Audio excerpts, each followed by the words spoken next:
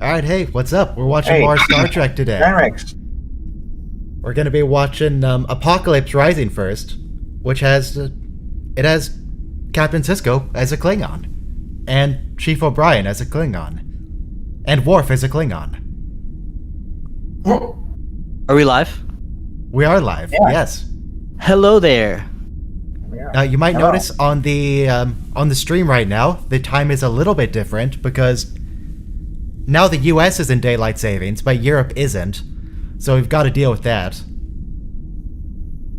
GMT itself doesn't change, but like if you're in England, then it now starts at 7 p.m. for you, but in a few weeks it's going to start at 8 p.m. again, even though GMT doesn't change. The whole system's messed up. Just get rid of it. Agree with that. Yep. But for now, we just got a deal. Hey, I actually Kevin. didn't snoop gun last. Hey, Anna. I actually didn't snoop gun last night because of it. Yeah. Yeah.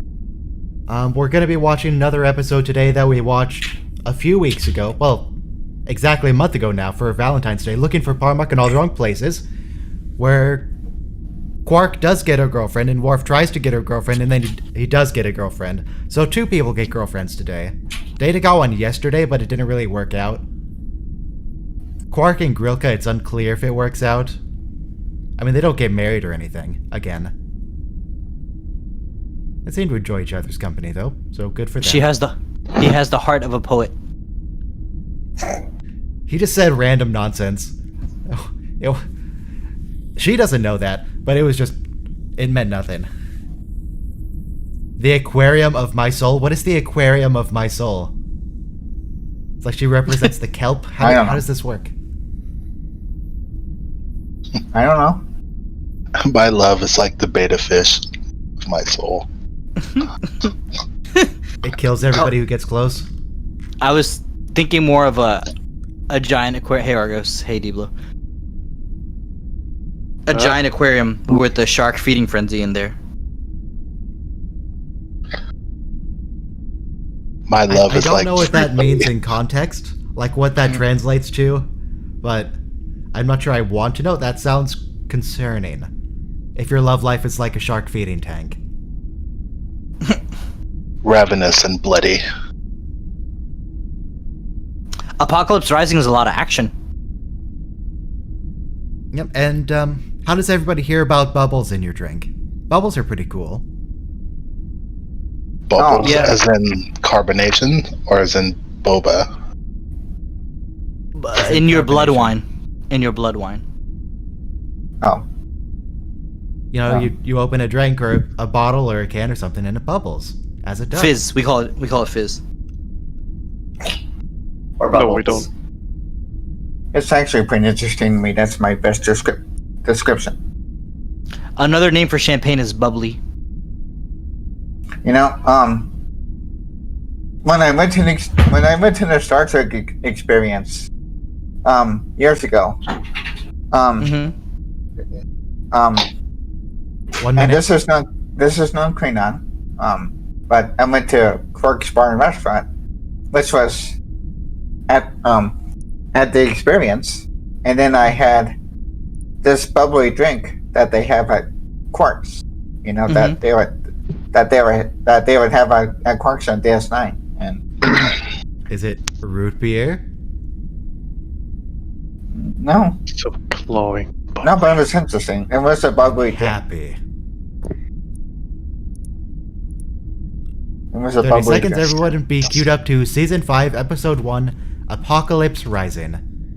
It's gonna be a Klingon episode, and some fake Klingons, and at least one bendy Klingon. One Klingon that's very, very bendy. He's not supposed to be. Bendy. I mean, it's not really a spoiler. We established that last week. That was the finale. So Just now, flexible. everybody press play in 5, 4, 3, 2, 1, play. As you might recall, the line, Gowron, the leader of the High Council of the Klingon Empire, is a changeling.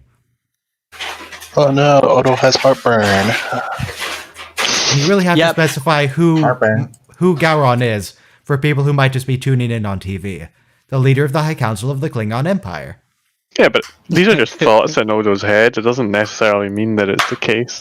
Although it turns out to be sort of the case. Kinda. Yeah, it was Yeah, a Odo false was judged flag last operation to use the name We're of back. one of our computer program games that one of us Maybe it was made on here. purpose so that they would try and like get rid of Gowron as well. Oh yeah, It was a that's false- 100% what it was. I like how they have a season recap, even though it's not a 2-part episode. Well, I mean, they had couldn't- to go off the air. We haven't seen Deep Space Nine for like 6 months. Right. They couldn't give Odo like David Hasselhoff's body, No. like a big ol' 80s mustache. Are you saying Rene Aubergenois isn't handsome just the way he is? By the way, David Hasselhoff's really fallen apart over the years. Rene But if you- Aubergenois is beautiful. He has a beautiful body. Don't you diss it. And he has a great mustache in Star Trek 6, so no need to dish his facial hair either. That's true. Yeah. Oh yeah, Klingon Odo too. I forgot about that. That should be fun. Oh yeah. Keep an eye out for Triangle Ships chat and viewers. I don't think we'll be seeing any in this episode. Just birds of prey and stuff. Maybe a battle cruiser. Just gotta keep your eyes peeled open. Probably won't see one in the ship. We might see one in Parmok just docking with the station. Worf shouldn't have let them leave. Isn't the captain with them? Yeah. Can still keep him from leaving. So calm down, Mr. Worf. Like Riker saying, Mr. no, you're Wilf? not allowed to go on the away team. You're the captain, you have to stay on the ship.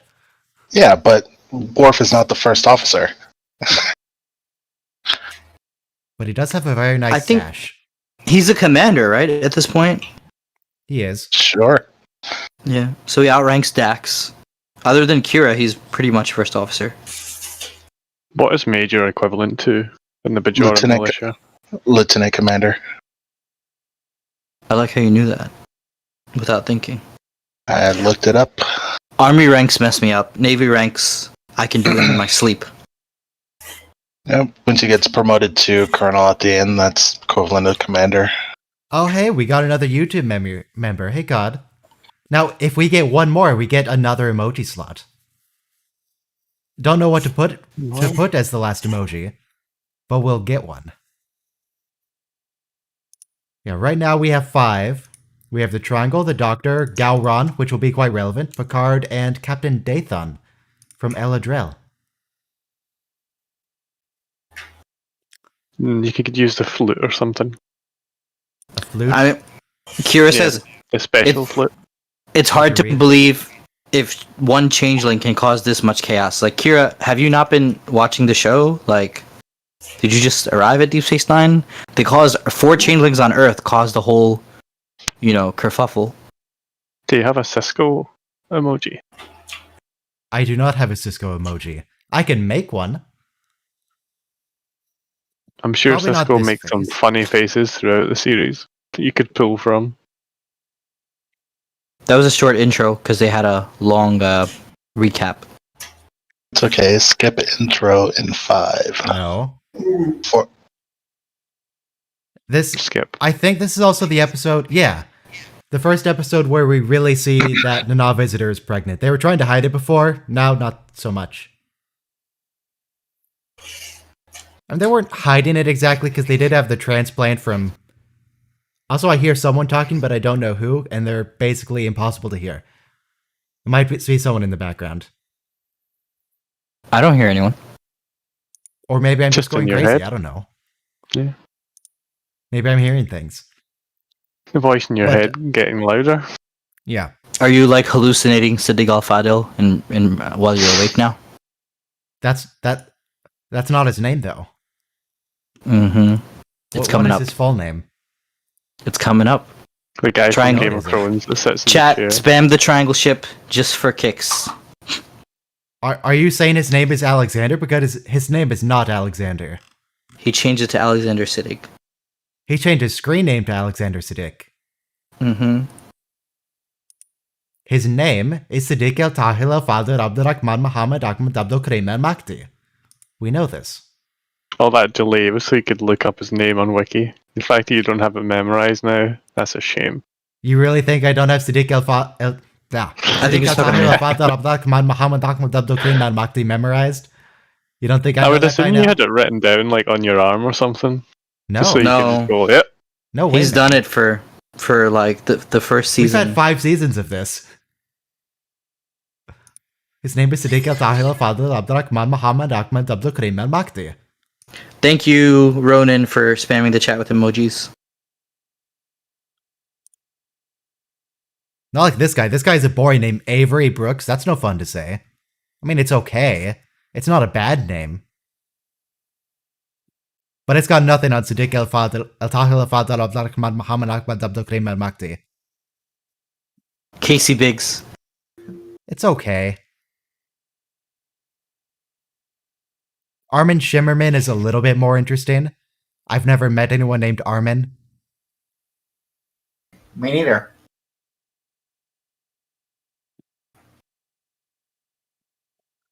Producer Right, yeah. Robert Nice name. Wolf, not exciting.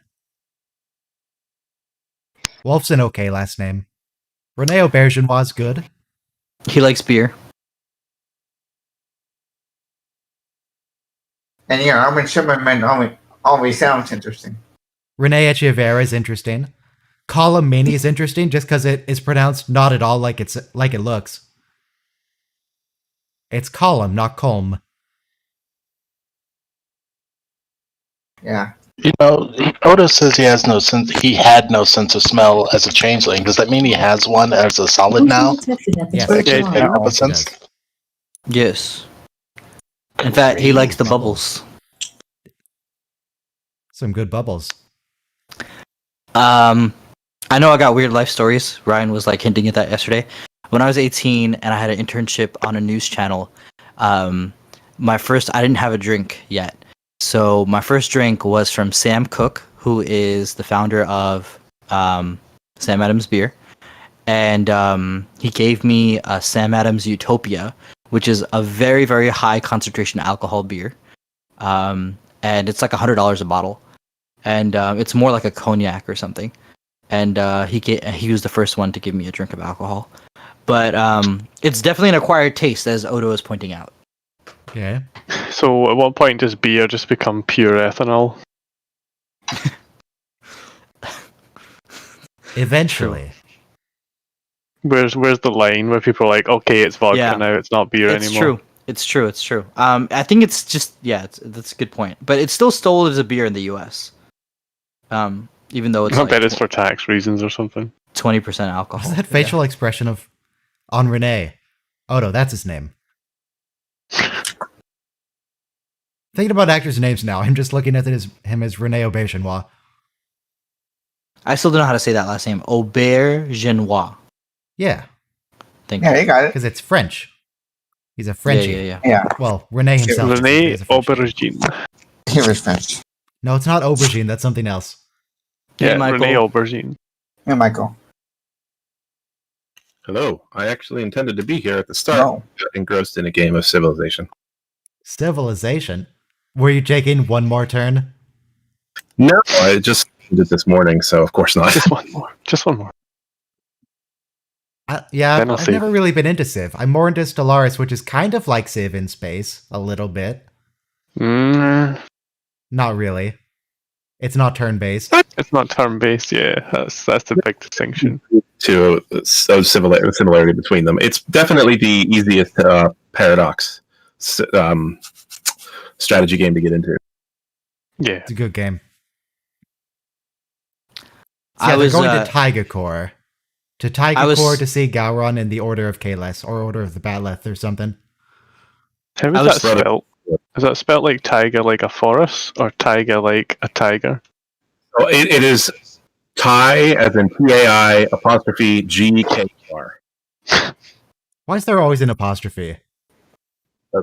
It's Uh, it has to It's be. an alien. Because Vulcan names must have them. It's T'Pol, tradition. You know, Compec.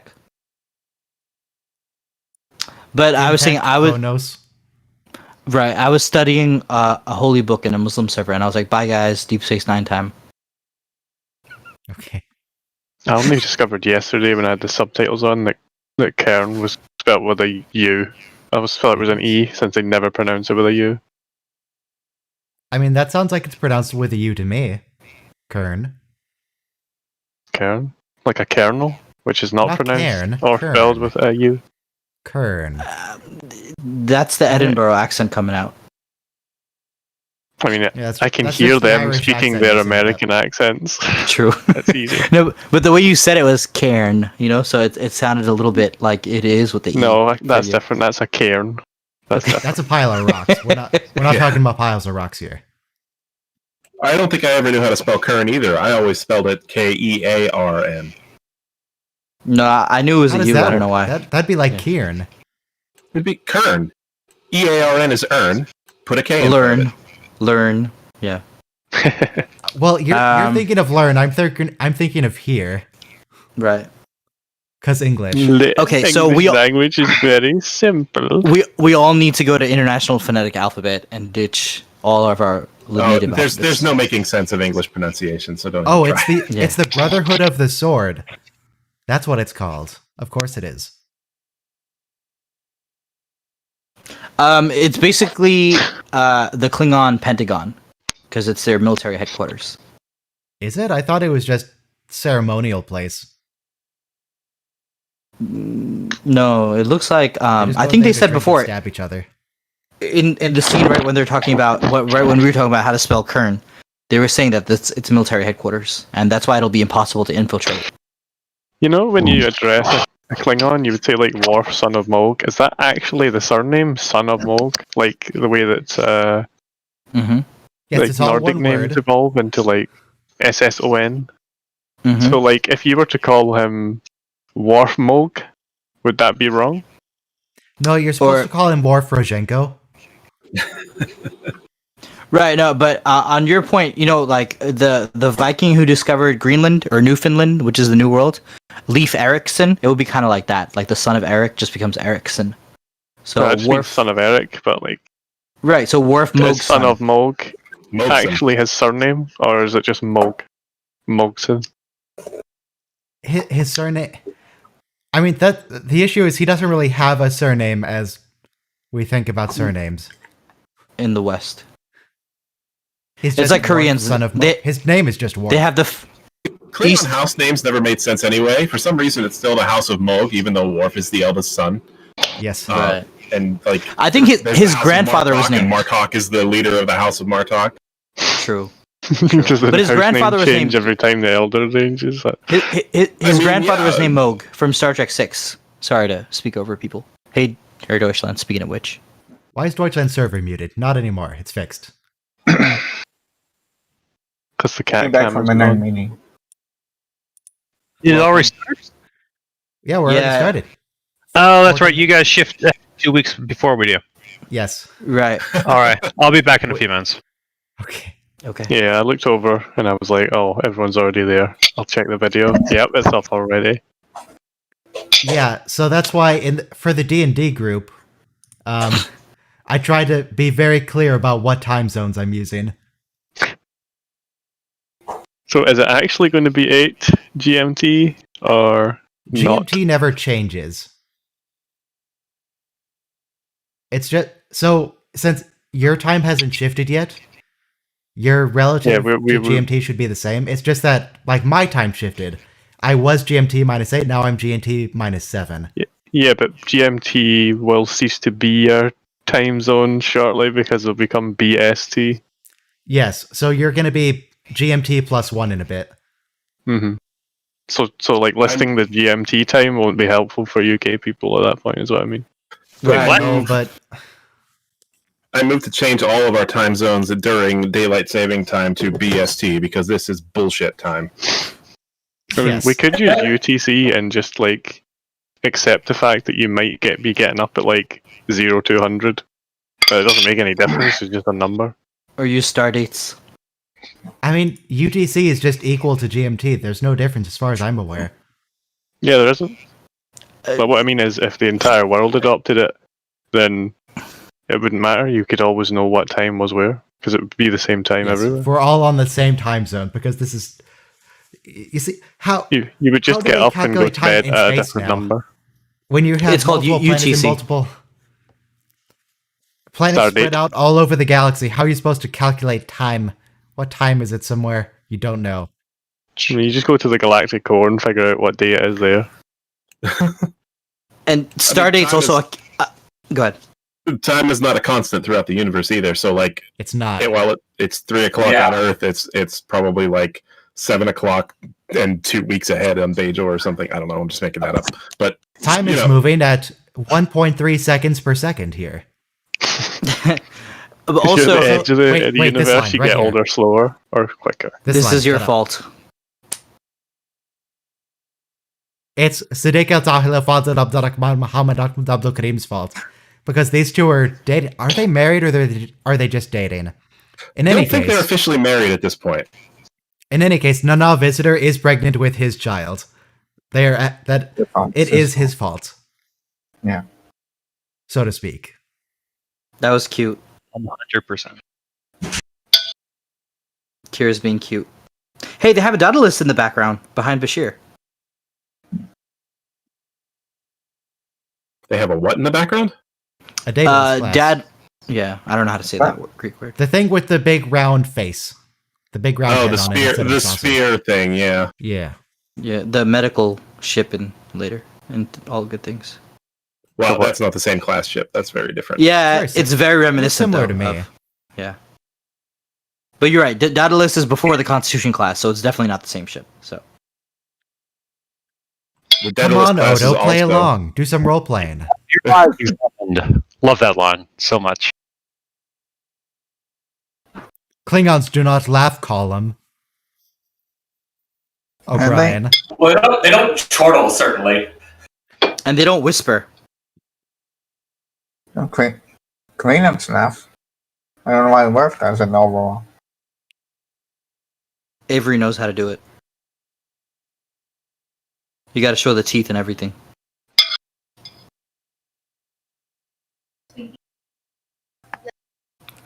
Oh, this is a disgusting violation of canon, because Worf has struck so many people with the back of his hand, not challenged them to the death. Now they're just making things up? Gross. Disrespecting the Star Trek lore.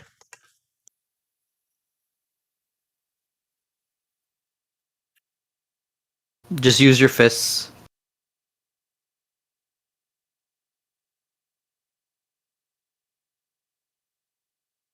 You don't... Colin, you don't They don't- scream sorry. And they don't apologize either. Klingon. Guess they're trying their best. He should put me. He should put me. Have like. Wait, this thing makes no sense in Star Trek. They just can surgically alter people like at will, Yeah. and Yeah. then Don't question it. then you go back to being whatever species you were before. This happens in TNG. This Yeah, happens. they're still the in- same species. Perfectly. They just look different. Do more surgery afterward. That's fine. This is a super advanced plastic surgery, is all it is. Yeah, they Like- just hit Control Z when you come back, and it's done. You can be Romulan. You can be Bajoran. There's no limits to how much no, plastic. you surgery. don't change race. You just change face. Yeah, well, I'm just saying you can appear Romulan, right? Yeah, they've been doing this since Trouble with Tribbles. Can you make yourself look Tholian? It's like Rachel Get in the Dolezal. suit. It's fine. Fine. Oh no. The best way What? to look Tholian would probably be to like murder a Tholian and then just climb inside. Because it's be really hard to like fake the crystalline structure to other Tholians. Just use the Tholian corpse as a puppet? Yeah. And Just get in the suit. suit. Yeah, Just Weekend with Bernie's the puppet.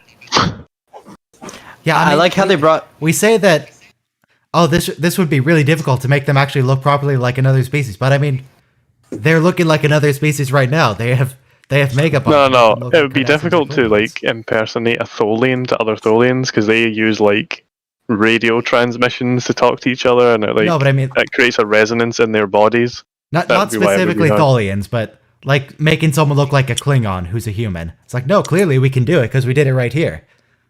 We have empirical Yeah. evidence. Ducat shoots first and asks questions later.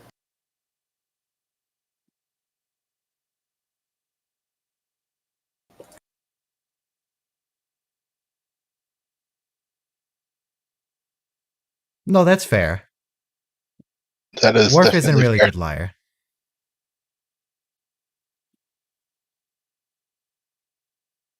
Okay. And on the way to Klingon High Command, we blew up a bird of prey and no one noticed. Yeah, exactly. Okay. Glad we're on the same page. Mm-hmm. Oh, that's a lot of ships. There's a lot of risk to this episode, though. It's a good feeling. A lot of ships and not one single triangle. Not a single triangle. It's bloody worthless, the Klingon Defense Forces. Yeah, they got rid of all their triangles ages ago. It's a See, if they had universal done that, they design. could have beat the Federation with more triangles. They have them in the Delta Quadrant. They have them in other galaxies. They have them everywhere. It's the best. It's the best ship design. Yeah, it's the most aerodynamic, which means it goes faster in space. Yeah, exactly. Yeah, I mean, there's yeah. dust in space. Mm-hmm.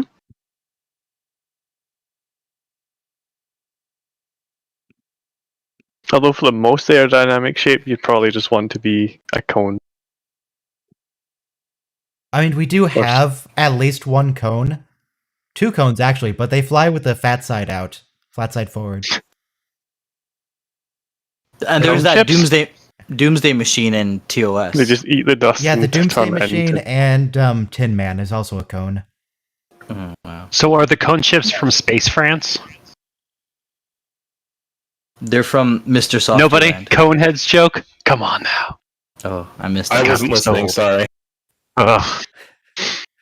No, I just feel old now. It's all good. Is that the movie where everyone has the cone heads? Why, yes. Yes, it is. Okay. Because I've seen part of that like 15 And years they are ago, from France. But... Okay. Yeah, I have not seen that in forever, and I never saw the whole thing in the first place. I was vaguely aware of it when it came out, and I had no idea what was the actual point of it. It's There's a comedy, Emperor Kalis. presumably. I knew that much. Yeah, the point was for Dan Aykroyd to turn an SNL sketch into a movie. Okay. Yeah. But was it a good movie? I mean, the Coneheads wasn't even that good of a skit, so probably not. It was... Yeah, it was a sketch turned into a movie. Best I can tell you. Gotcha. I mean, so was Blues Brothers, so that doesn't say much. Very good point, and I do love Bruce Brothers. The blood. Someone made why a does everything have to be compilation. blood with the Klingons. Why are they so edgy? Because I mean, you have to Because they travel the can. river of blood. they're like the angsty teens of the Star Trek Yeah, the universe. Klingons are in a perpetual goth phase. You sing songs about the blood up to your knees Oh, fist during skeleton. battles. That cart. Oh, I You see forgot that? this is going to be the best Gowron line. Glory to you Period. And your house. and your house. More that one. Someone made a compilation of Tracy Yes. in Star Trek. The ending is just Riker running after her. She's the most important character on TNG. Tracy.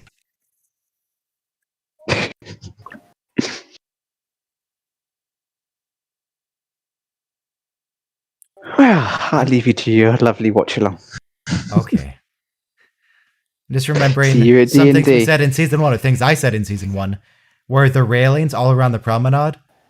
They have railings, and then they have the posts going up where they attach the railings to, but the posts are just tiny little docking pylons.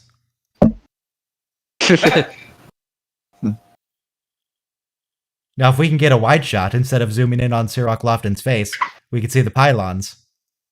But no. Makes sense, you know? This is where Then you could just scale up the process to make the docking pylons. You can't just dunk a glass into like a punch container like that. Don't they know COVID is going on?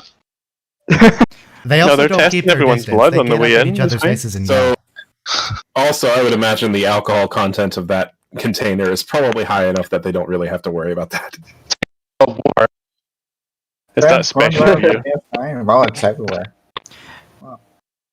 the way the color looked, I thought it was weaker wine. Because when we had to read Plato's Symposium in college, we learned that the ancient Greeks, everybody would be lying down on like couches, and people would pass down watered wine, and that's how you like can drink all night without getting fully drunk because it was only like 1 or 2% alcohol. But it's implied later though that if they didn't take an anti-intoxicant, the humans would be like not able to stand.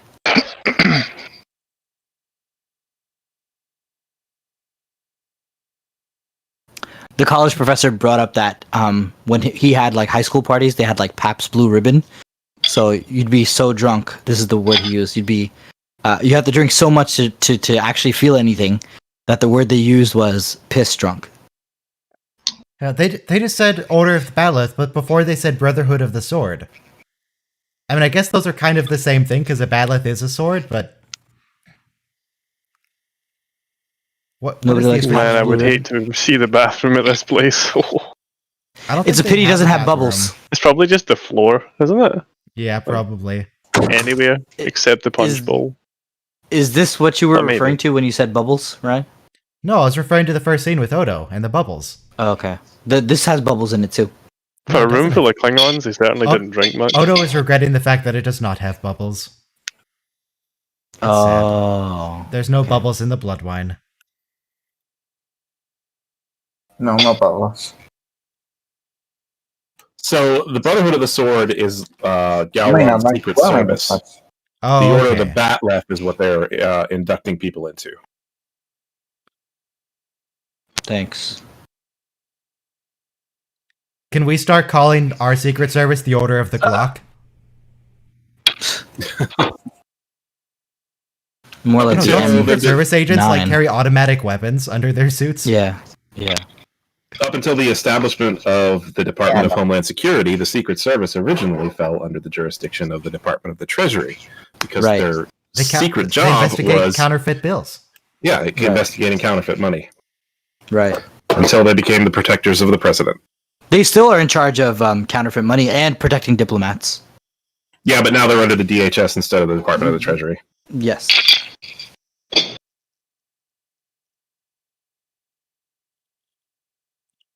It seems pretty dangerous to bring Worf here. It seems like Yeah, Gowron would 100% recognize Worf. I mean Martok would Yeah, too. They okay, literally like- talk to each other in a room like feet apart. I don't get this And part. Markov Because no, accused him of I spying. wouldn't. I wouldn't recognize any of them. How are you recognizing these people? What do you- I don't understand why Dax didn't go with them because Dax is like way more Klingon than anyone else except maybe Worf. Did Terry Tail not get a contract for this episode? He was in it No, already. she was in it. She was in it at the start. And like she explained the polaron emitters or whatever they were, so she knows how the technology works. Bring her. Are there females in the Order of the Batleth? Is that why? There are one of. Yeah. I remember a woman Klingon gets inducted into the order in a bit. Yeah. Okay. I mean, I would assume there were because, you know, the Klingons go on about how they treat their women as equals in battle all the time. Except that women may not serve on the council for reasons. Until they can Exactly. in like the next episode. Yeah, until they do. Until in the they next marry episode, Ferengis. and then in the previous episodes where they served on the council. And then you have the whole Discovery Takuma thing, where she was like running all the houses. Yeah, Empress Lorel, I think her name was, and we also had Chancellor, whatever Gorkon's daughter was named. Azet Boor. Yeah, I'm not going to remember that. I'll just remember Siddiq al-Tahil Fadal Abdullah Khan Muhammad Karim al-Makti. Really? O'Brien is the one that Martok almost recognizes? Yeah. Have they even met? Yeah. O'Brien is just ubiquitous. I think it's the accent. Yes, The most Scottish- Klingons do not sound Irish. He just looks at him and thinks, "You must suffer." I don't know why, No, but I feel like Yes. you need to suffer. Exactly. he plays it off really well though. He's like, "I was at the battle. Will you Of share a Mempa. drink with me next time?" Yeah. And he's like, "Yeah." Didn't we You see were- the Battle of the Mempa? accent. What was the Battle of Except- Mempa? No. Except the look of sheer fear on O'Brien's face the entire conversation. Yeah. Yeah, but if that was real Martok, then he'd be dead now.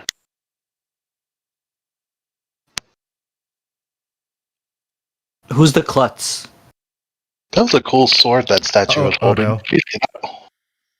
Odo's not a klutz. He would not do that. He is here. Give it like Yeah. 2 seconds. He He's a has a silly, brand. klutzy human now. He has a brand new body. Why wouldn't he be a klutz? True. So Mempa apparently happened during Redemption Part 2, which we watched yesterday. Thank you. That guy looks familiar too. The guy who said, "What is this?" That Klingon. He does look familiar. Does Martok recognize him? DS9 Martok. Apocalypse Rising IMDb. Who is that guy? I love Worf here. He's like, "That's a Vulcan toy that we stole from Arachnus." Arcanus. Thank you. Arrakis is the Dune one. Thank you. Yes. Okay, so I have a bunch of names here. Do you think that man is burly Klingon, towering Klingon, drunken Klingon, or young Klingon? Burly.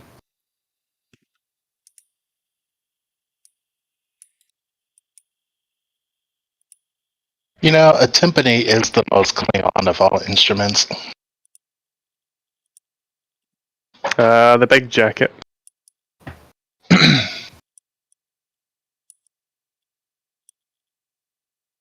Or You it know could be the the leader head is coming guard, I in when you guess. see the big jacket. Robert Zakar, maybe?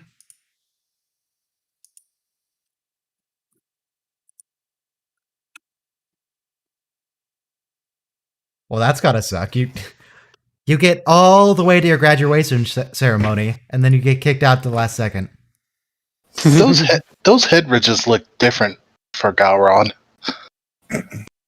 He's had some surgery done as well. I need to go back. He's gotta keep himself looking good. Did he have? He had Botox.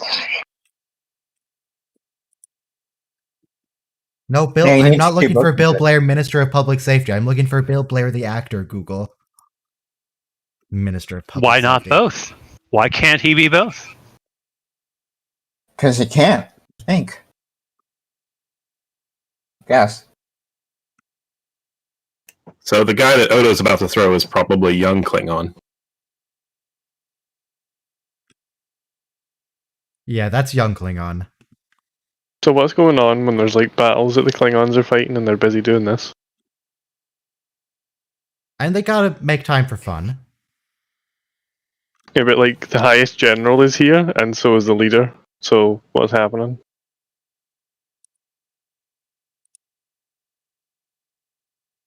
You know, it's like a Purple Heart ceremony.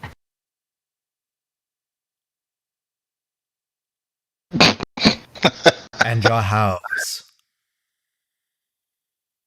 Yeah, daughter of Altram? I don't know. I guess. How Trump? God, remind me at the Yeah. end of the episode to scroll back to the Klingon lady. Because there is a background Klingon I want to get a zoom in on.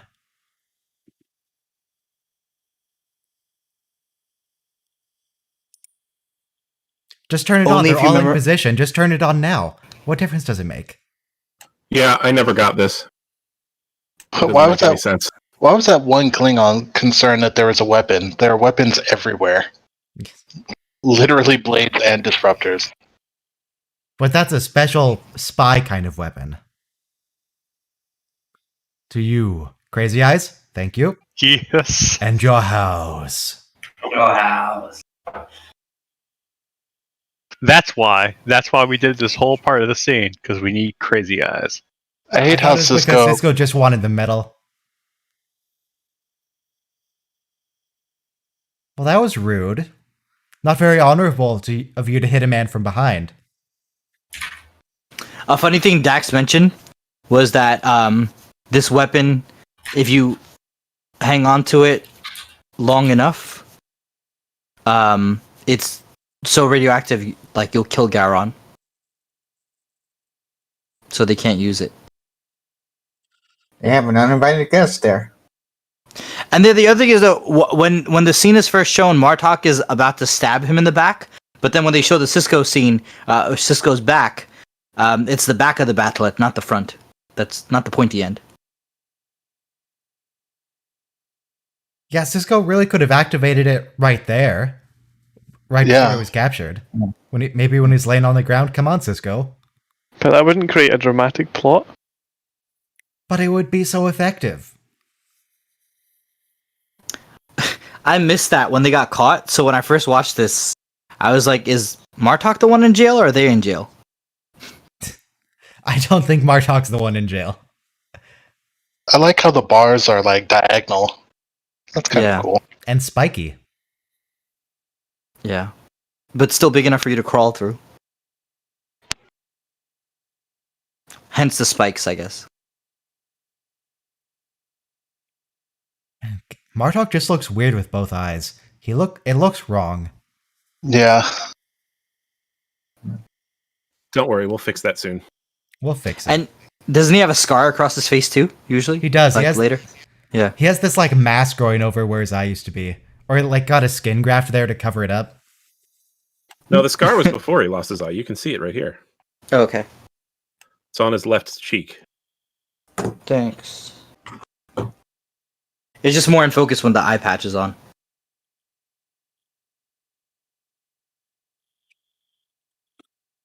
Now, I think I've shown this clip multiple times on stream before, but that bit from Quantum Leap, where Martok's actor is just playing Martok again, but as a human. He talks to Jonathan Archer and he's like, "You have no honor." And he even closes one of his eyes when he does it. It's just Martok again. But I played this video game. It was kind of based off Age of the Empires.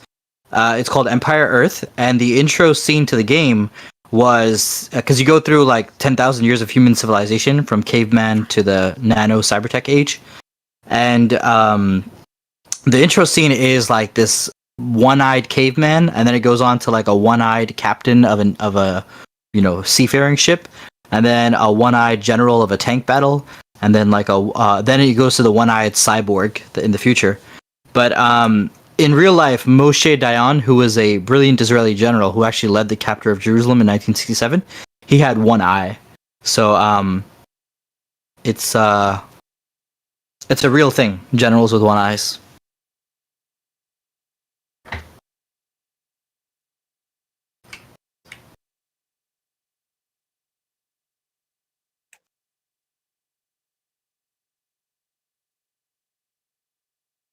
That guy's putting on kind of a weird voice.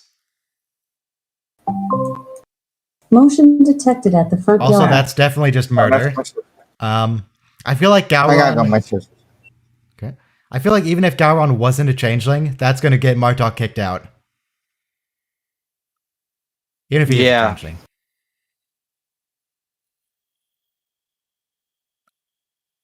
Gowron's having a great time. But he already revealed to everyone this is Captain Benjamin Sisko. Yep. So also, that's now murder again. Right, but at least hide your identity if you're going to pull off something like that. Not that you should do something like that.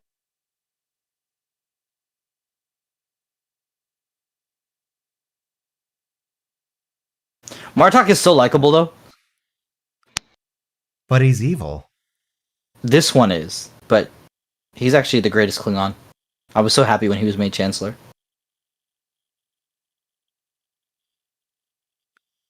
Jeez, you hit him with a sharp bit, Gowron. You just killed that man. What's wrong with you?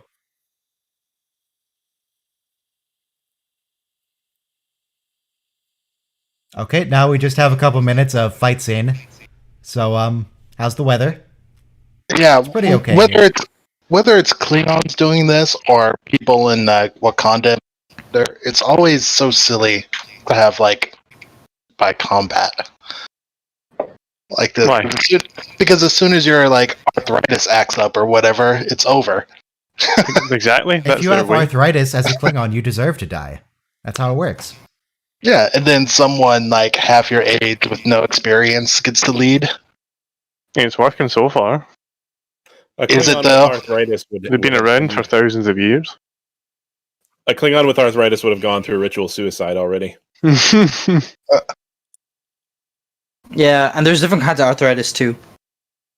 You'd have to be an old lawyer or something if you were Klingon with arthritis. Yeah. When a warrior cannot face his enemies, he no longer deserves to live. So this has got to be a humiliation for Gowron. I mean, he still lost the fight. Just about to get stabbed. Oh, here he is. He's very bendy. Come on, Martok. There we go. Why would he do that? Why would you choke him instead of like T1000 it and like turning into a blade? Or just because then why would he transform there at all? Yeah, that's a good point. Just become like a tiny little bird and leave. How many disruptor blasts does it take to kill a changeling? Quite a few. In this episode, we learned that Klingon disruptors are nowhere near as effective as Bajoran phasers because a Bajoran phaser made alternate Odo explode into a pile of goo. Yeah. Point. And I thought also maybe Mark's mass and density were just right. I think D-Blow, you were saying something.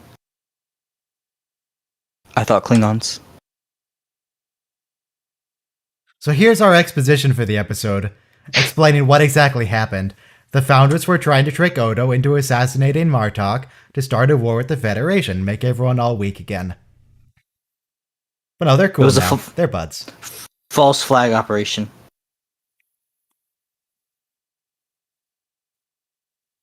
Gowron's happy now. He doesn't look happy, but he never... Well, no, sometimes he looks happy.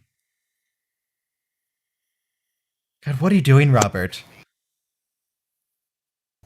Klingons don't have tear ducts.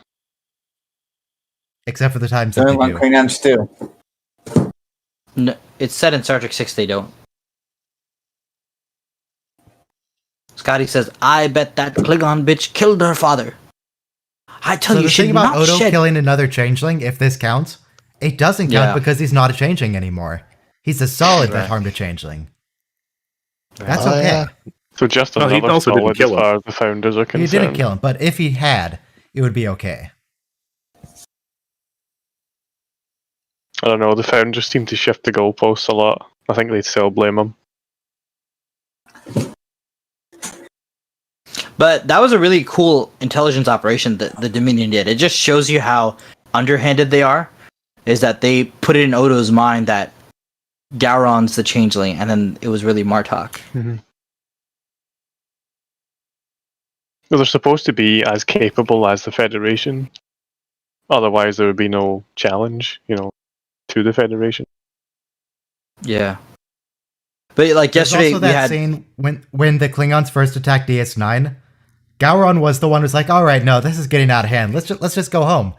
And fake Martok was the one egging him on, trying to get him to keep fighting. Oh. For some reason, I specifically remember the line, "Ach, Gowron, Nakchal," which I don't know what that means, but I remember it. Nakchal. Some sort of swearing, probably. Swearing on my Star Trek? Don't be ridiculous. So, oh, yeah. Julian is the best plastic surgeon in Hollywood. Who is? Julian Bashir. Oh, no. Who's that? Again. Mute myself. Don't you mean that really long name?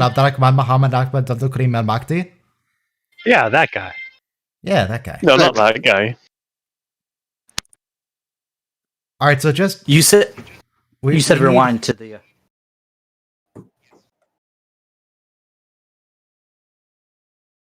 And we gotta want we gotta your look through all the word burly Klingons that and you'll figure stay out which away one from was the Catherine one that looks and familiar. not interfere with this wedding. And You have also my you're gonna solemn look at the word you're of gonna honor. you're gonna no remind till you see honor. that Klingon girl. Because I Yeah. I want Yes, to the take a look Klingon at her. lady. Yeah. Yeah, look, when he says you have no honor, look at his eye. He's closing the same eye as Martok. He's doing that same growl. It's just Martok. He's just Martok again. Was this on at the same time? No, this was No. This was well before DS9. That's what I thought. Alright, so I'm just scrolling back to Colonel Martok Sanders in that clip was the Lady before. Klingon.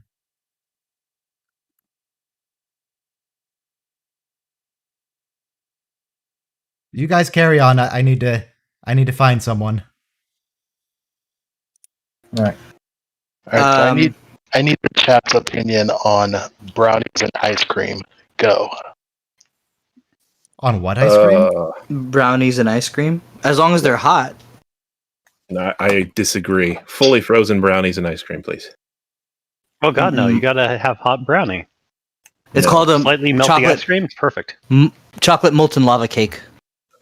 So my grandfather would always get ice cream cakes from Dairy Queen for people's birthdays, and they always had like that brownie layer right in the middle. It was the best part. Oh yes. Back in the day when we used to go out, we went to my family and I went to Chili's a few times. They got a really good chocolate molten lava cake. Look at this dude. Look at this Klingon off on the side when they say "Daughter of Jatram." Look how excited he is. He's so surprised. This dude on the left. Who's doing dishes? Scroll back again. Sounds like Diplo. If you're doing dishes, He holds that face too. Yeah, look. Okay, watch the dude on the left. There we go. It's just a few seconds of that guy being very, very excited. He plays for the camera. All right, so the next episode, 1 minute countdown, is the ship. The ship. Yeah, I think he needs to be your next emote, Ryan. He's pretty good. Yeah. It's I just seen that video. I just seen that video. I just seen that video as soon as you said it, Ryan, because I'm pretty good at looking at things as soon as people say it. That way, I kind of remember stuff, you know. You have good memory. Yeah, a lot of times I do. But thank you for that compliment, Anna. Can we get an Enterprise D emoji? Because I really like your icon of the show and your Discord icon too. Yeah, Ryan. I'm not cooking. I don't know why someone thinks I'm cooking. Ryan, the ship from the Enterprise that you have, and the profile picture. Where's this? Hang on. Press play in 5, 4, 3, 2, 1. Play. All right, continue. Which episode is this from? The ship I have after no the last idea. The shot of the Enterprise. I don't remember. I did it like 6 months ago. I don't remember anymore. It's probably not just one episode that it's in. I can't. Yeah, I had I had the almanac, like the World Almanac of 1994, and that's the same image that they used to show like the Enterprise D in Star Trek. Like Star Trek made it to the almanac that year. Yeah, it's the Enterprise D in orbit of some planet. I can't find it. Oh. Yeah, I can't find it. The yellow yes. shirt. The cursed man. Looking forward to seeing how your career progresses. You'll be a great chief engineer one day. They have a good bond this episode. And from here on, they'll just keep building on it and building on it. Munez is also the character who took over for a bit when O'Brien had his hard time episode. You know, the mental prison for 25 years or something. It's so nice to see people of color as recurring characters in a TV show. No, I'm sad. I'm sad how it happens. Munez will show up again in Enterprise as an alien. Okay. Good. He's from the episode The Cogenitor, where there's the third gender that's needed for reproduction. And they're kind of enslaved. O'Brien threatens to put him in waste extraction because it's a terrible job, apparently. Yes.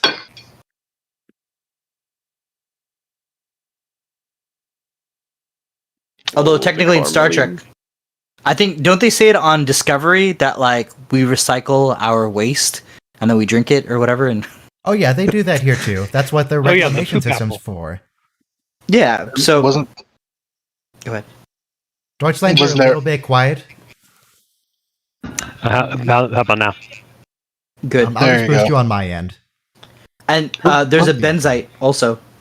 Wasn't there Here. a big thing on Discovery where an admiral was talking about eating their shit because of Yeah, I just Yeah, the referred poop to it. apple. The poop apple, yeah. exactly. He's never had a real apple. That's why. There's a benzite. Though she doesn't have a breathing apparatus. What trickery is this? She's an Oh, advanced species of benzite. this. She doesn't have asthma. So that crashed ship we're gonna learn is supposed to be a there we go, Jem'Hadar warship, one of the crashed bug ships. Like the Locust ship. It doesn't look like a Locust ship to me. Well, it just crashed. It's upside down. So that's supposed to be like the bottom middle. They only had so Yeah. many things to use for assets, okay? So they went with strange-looking, almost Egyptian pyramid thing, but not. Oh, and that's the Darmok and Jalad set at Tanagra. Oh, that's Tanagra? Might be. Yeah, it looks like the same. It might be the same quarry. I think we looked this up before as well. Mm-hmm. Is it Tanagra or Eladril? It's Eladril. It's not Tanagra. You can kind of just name it whatever you want. It's still Tanagra, like based on Yeah. the way they talk about things. I called Dayton Captain Captain Darmok, so sorry. Dathan and Picard at Eladril.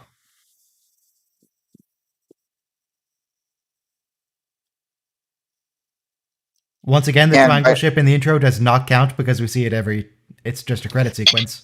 It's not real. But people in chat are obligated to spam triangle ships anyway. Yep, there it is. I mean, it's It is beautiful, but it tradition. doesn't count. That's some good-looking Lego right there. We need to make Ryan a Lego triangle ship. I'm waiting for Eagle Moss to make an XL version of their triangle ship model. They have the regular size version that's like, what, 4 inches? No, I want the 10.5 inch to 12 inch model of a triangle ship. You know, if you look at the Defiant the right way, it kind of looks like a triangle. I mean, it has... Like, if you reduced its polygon count, it would turn into a triangle pretty quickly. Mm-hmm. If you turned it into a 90s point-and-click adventure, it would be a triangle. Let me look up a Joran Freighter model. Maybe someone else has made a giant version. You could 3D print it, probably. Yeah, he could. I could. I do have a 3D printer. I mean, Lord knows that printer has made so many triangles that all it knows is triangles. It's memorized the triangle. Then I have to paint it, and I've never painted a model before. Well, no, I've spray painted something, but just one solid color. It's like how many Just triangles? start with the plastic that is the same color, and then you can like do the little details. You know, I do have a sort of like bronze looking filament. It's kind of shiny. That would work. That might be okay. The engines will be bronze instead of red for some reason, but it's okay. I like this scene because it's implied that this is how Jem'Hadar warriors are. Like, that's how they land their shock troops. That's what that opening's for. Pretty scary. So, just in case how much of a nerd I am, I rewrote this episode as if it were the Enterprise E's crew dealing with the same situation, because at this point, the Enterprise E was like within its first year of launching. So, in my kind of fanfic rewrite of this, it's Data, the new security lieutenant, and Geordi on Lieutenant the surface. Hawk. Yeah, no, not Hawk. He was The helm. Hawk's I dead. think. Yeah, Lieutenant Daniel, I think was his name. But in any case, it was also at the same time where Data was dealing with his emotion chip. So it was, in my rewrite, it was Data dealing with the Void, dealing with his emotion chip, and, commanding. I think it was rewrite. I hear everything you're saying. It's just breaking up just a little bit, Diblo. Yeah, you're breaking up, BB. Kevin, can you try turning off your camera again, see if that helps the bandwidth? Yeah. Is that better, DB? I don't know. I'm just talking, so I don't know if it's... I mean... Just leave it like that for a bit, and we'll see if it fixes itself. I mean, now it's the bandwidth. In any case, long story short, rewrite Enterprise E, Data commanding, dealing with his newly installed emotion chip, and dealing with the because that's what was happening around the same time. It was this episode. But before you even said that, I was literally thinking this is just like the first contact moment when the Borg first come on the ship and they have their phaser rifles, Type 3, with the lights on. So that's interesting. They've been dead for hours? I don't remember this subplot. Osteneocrosis. You'd think if they had been slammed at the wall at warp acceleration speed, they would burst like a balloon. But yeah, your voice is still all messed up. Yeah. Well, presumably your voice is okay. It's just the microphone. Or the signal. I assume you don't sound all crackly in real life. Not most of the time, anyway.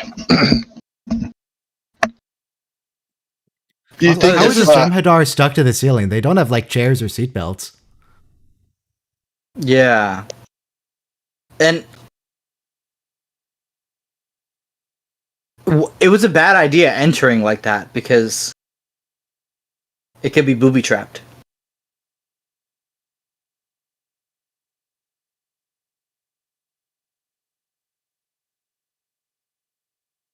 A runabout? That seems pretty small for this. Reminds me, someone told me about a Simpsons episode where like Jonathan Frakes keeps getting weight, and so the aliens on the UFO saucer come and try to lift him up with the tractor beam, but they're not able to lift him up because he's so heavy. Quark again.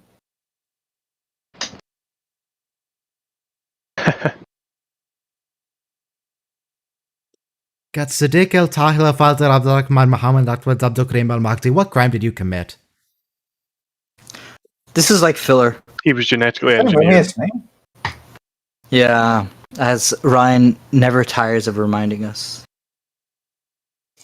I mean, is Is that that really his walking name, frame? or does he just like saying that? No, that's really his name. That's the name he was born with. Oh. And this is why he went to Alexander City, because he was probably tired of people fumbling over his name. Yeah. I think the reason he gave was that people couldn't pronounce Sadiq. Sadiq. Right. What name are you talking about, Anam? Sadiq. Yeah. Let's Sadiq. hear you pronounce it. What's his name? No, you can't just mute yourself to get out of this. Say his name. I just don't know who he's talking about. I just want to know. Sadiq. Who? Sadiq. Okay, Sadiq? I don't know I'm who gonna that try. I'm not Arabic, but I did learn it for religious reasons. So it would be something like this. Okay. By the way, it probably would be Sadiq, but I just said Siddiq because I never met him.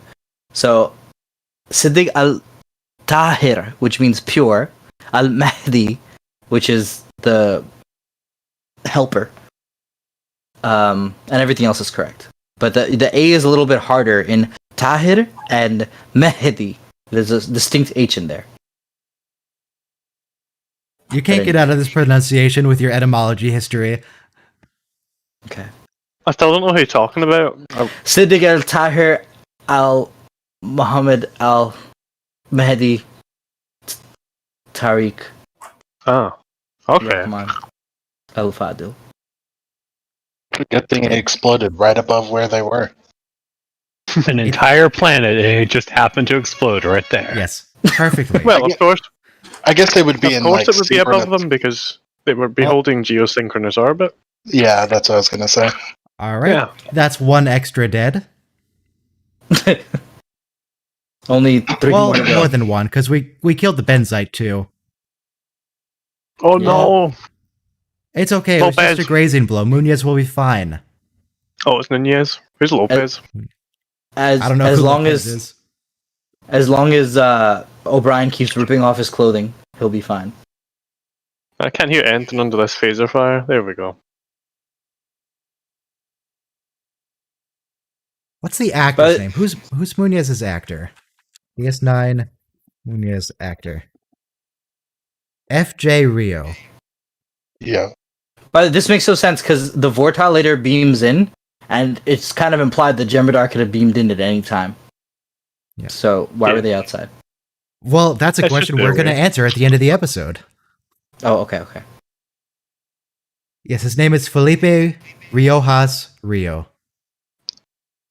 Can you practice that some for a change? I would have to find him saying it or someone saying it, Okay. which I might be able to do. Or find someone that. Has the similar name. Yeah. Find someone else. I'm pretty sure of Felipe. I'm just not sure of Riojas.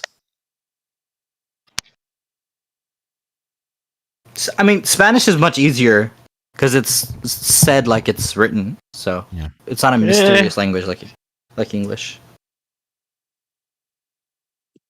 It could be Felipe. Like, true. But the fact that he goes by FJ concerns me that I won't be able to actually see it. Him say it, the full thing. He's gonna die. What do you think Siddiq goes by? Alexander. Like a big acronym or something? What would his acronym be? Here, hang on. Let me just type it out. Siddiq Al Fadil El Fadil Abdurrahman Mohammed Ahmed Abdul Karim El Mahdi. I can't spell that. I need a translator. I need a translator just to do that. Setefamachim. Yes, I can do this though, and in the language settings of my computer. So Yeah, this I is think not. that name is anglicized. It's not his Arabic name, is it really? It's the anglicized version. That's his real name. I mean, the actual spelling is not in Arabic. No, I don't know how to write in Arabic.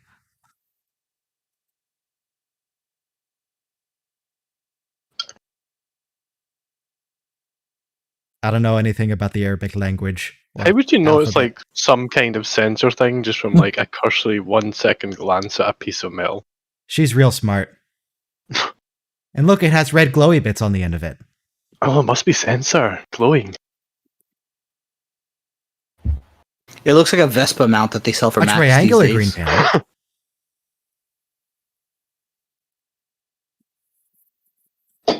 Wait, how can they even It's like- access the consoles? Isn't this ship upside down?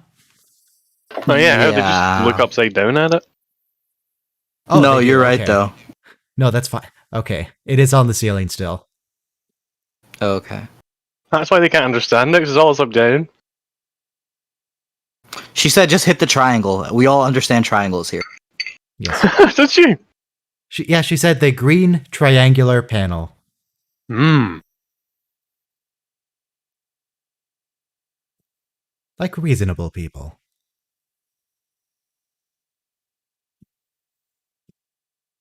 She flatters him here. She's like, "You're so much more attractive in person. Your picture doesn't do you justice." Yeah, that's a wrong approach with Cisco, unfortunately. Which you should But he know is- based on its But he is so psychological program. handsome. Look at him. Look at that beard. Yeah. His photograph definitely doesn't do him justice. The goatee could go a little bit higher up on the chin. It could be better, but it looks pretty good as it is.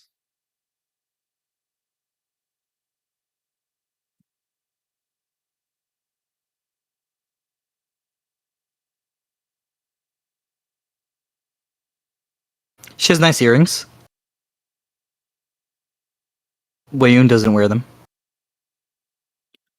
The Federation uses the rule of finders keepers, Dominion weepers. Yeah, it reminds me of during the Cold War. Did the Russians shoot down a U-2 spy plane with Gary Powers inside it? And that was like No a idea. big. Yeah, so the Russians shot down a U-2 spy plane, and it's always a big victory when you're able to steal your enemy's spy plane, because that way you can practice on how to fight their maneuverability and stuff. Another real life story that I know was that I think France was selling MiGs to the Egyptians. Oh, and during the there's someone on the ship. do battle. So Have they decided whether that Wayun is cloned after all yet? No, But they this has haven't been- decided yet. That wasn't Not very yet. Dominion tactics of them, being all subversive. Thought Victor was life and all that. So they got an Iraqi pilot to defect, and he flew a MiG from Iraq to Israel, and then the Israelis were able to practice how to fight MiG fighter aircraft. So it's very useful to be able to steal your enemy's aircraft, because. And so Cisco wasn't Yes, kidding when he you says you this. get to look at all their technology. What are the capabilities? How can you defend against it? All that good stuff. And that's why Cisco says this will be the best intelligent find, in a long time. And yeah, the Jem'Hadar Zathos, I believe they can just cloak as a species. I don't think it's a tech thing. Yeah, Michael told me it's in their DNA. That's why the baby Jem'Hadar that they find, who grows from like a little kid to a teenager, has it. Right, in him. that probably was it. Yeah. I just remember we talked about this before, and I thought it was technology. Me too. But it's weird. That's not how chameleons work. You don't just turn invisible. But If only that sensor was working, they would have picked up the guy that came in the ship. Oh, true. They need the sensors. Yeah. That one sensor specifically. The red glowy bit.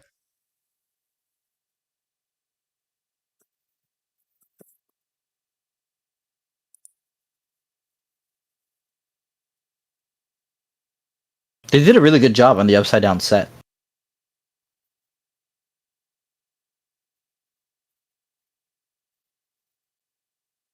Dax has her bangs on her face. They have the little spider bot. Angry looking spider bot.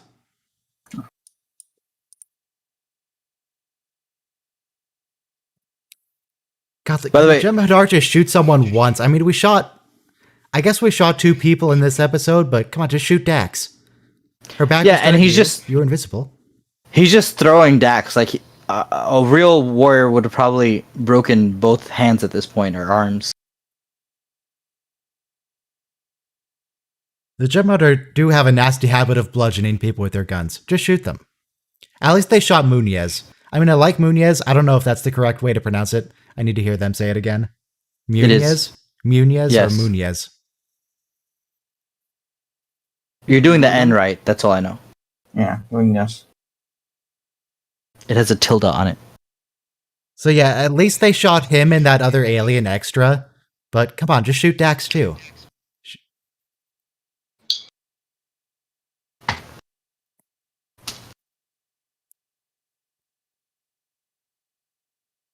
Now that explains why they didn't use the weapon. Or the transporter. Because they don't really care about individual ships with Jem'Hadar on them. Because they just ram them into other ships. Oh yeah, all the Jem'Hadar are about to have a funny fate in this episode too, so they really don't care about individual Jem'Hadar regardless. I don't know if I'd call it a funny fate. It's a bit dark. Oh no, it's funny. That's messed up. That's either messed up or you're completely misremembering how they die in this episode. Because they commit suicide at the end. Yeah. But I'm just saying it's funny because you don't see JFK Secret Service committing suicide. Well, I don't think this may have been Secret Service then, but yeah. Actually, the Secret Service was started in like the 20s with the counterfeiting thing. So Munoz only survived so he could save Dax and O'Brien. And now they don't. Okay, he just said it. Munoz. Yeah. Thank you, Cisco. Munoz. But you know what's funny? Back in the day, when you were bayoneted, when they had old kind of wars, you'd probably die of your battle wounds, and you didn't have too many people coming back home. He's Cause gonna get an infection from that. yeah, It's nasty. so that's how Munoz is going out. Some kind of anticoagulant. Yeah, that's He didn't get enough. pretty effective. The blood can't clot, so it just keeps bleeding and eventually just run out of blood. Vitamin K, folks. Eat some carrots. Surely they could just like cut a bit out of him, and then the anticoagulant wouldn't be there anymore. Yeah, they could. Well, no, they can't really do a tourniquet because it's on his side. We've got phasers. Just put it in surgical mode and go. Yeah. We don't have Sadiq al-Dahil Father Abdulrahman Muhammad Ahmed Abdul Karim al-Makdi on the ship, unfortunately. We do have a Klingon though. Yeah. No. He'd be fine with cutting a piece off of him. You can't cut off Munoz's entire side. No, just a slice. Just get a deli slicer in there and start taking stuff off. Yeah, well, that's the bit the anticoagulant's on. As long as you get that slice. I mean, I would assume the anticoagulants are sort of all throughout his system now, because they're in the bloodstream. They never really explain how that works. Like, how do you transfer an anticoagulant to someone through an energy discharge? Very, very well, thank you. Okay, fair enough. Maybe it's some kind of radiation that's also done by the beam. Or maybe he's a hemophiliac, and that's why he needs an anticoagulant. No, he's not. No, that's hemophiliacs would be the last candidates to take anticoagulants because hemophilia decreases your ability to clot blood. Well, yeah, so they're the first people to give it to because you're killing them. I'm thinking of coagulants. Sorry, I forgot the anti part. Anti means not. So why does he need an anticoagulant? Like, shouldn't he be clotting? Shouldn't they have coagulants on hand? Like the Jem'Hadar guns put an anticoagulant in the system so their enemies bleed out. Oh, okay. The same thing they do to Dax later on. Dax makes it though because she's more important. She gets paid more than Munoz. Also, apparently, Trill blood and human blood are close enough to whatever species they've encountered before to make that function for. Unless it's just an unintended side effect. Good point. Hey, the Vortex has apologetic here. I mean, she's lying.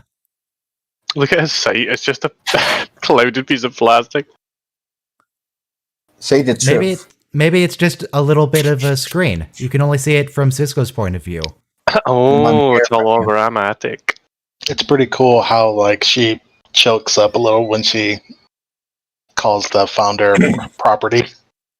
She's like, ugh, property. Yeah, she'll be getting taken care of for saying that. Blasphemy is what it is. Get the cloning bat ready.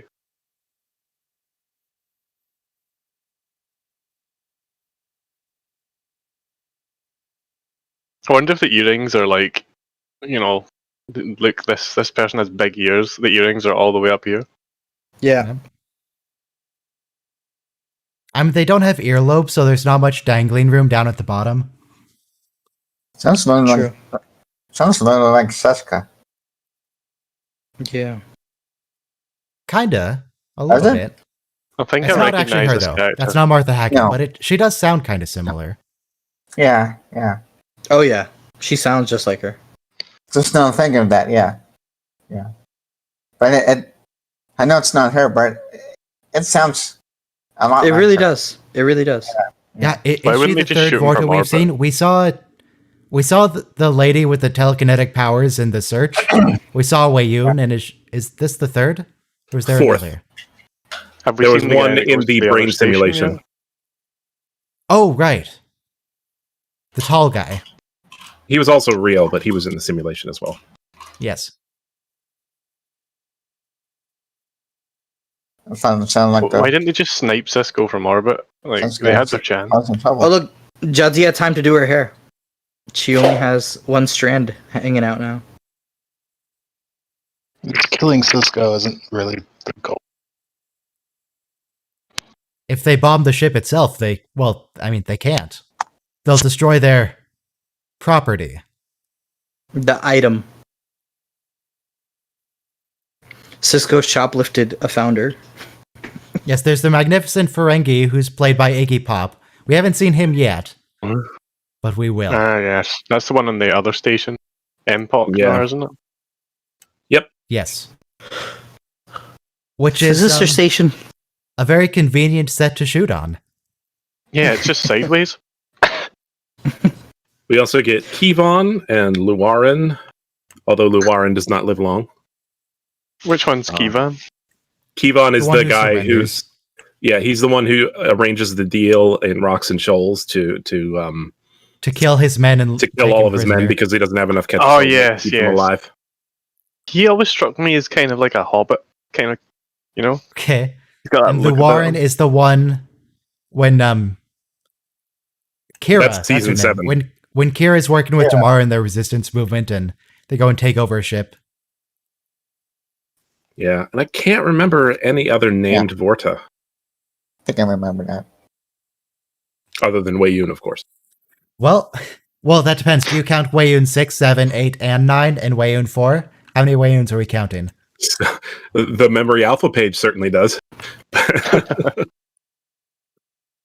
Many. Well, let me check Memory Alpha and see how many we see. We see Boroth, Deos, Eris, Gelnon, Kevon, Kelana, Luwarin, Wei-Yun, Yelgrun, and some unnamed ones.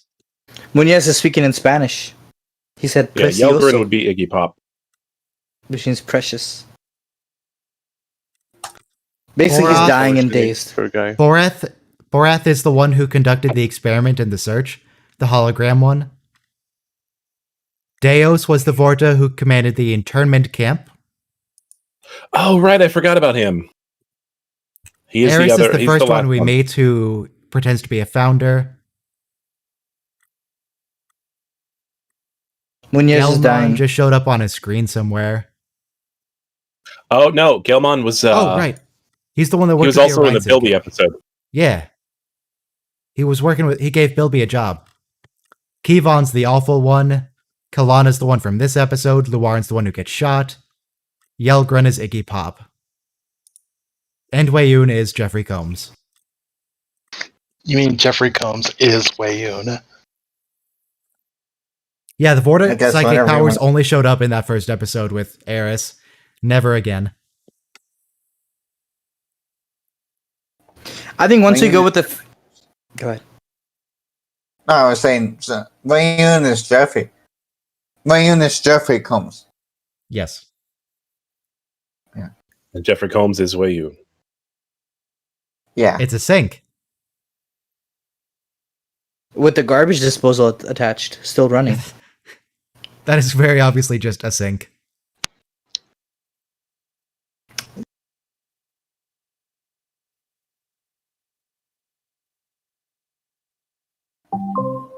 No, I don't Motion think it was a detected good at the- idea. You can't just tear out the computer console like that. No. It doesn't work.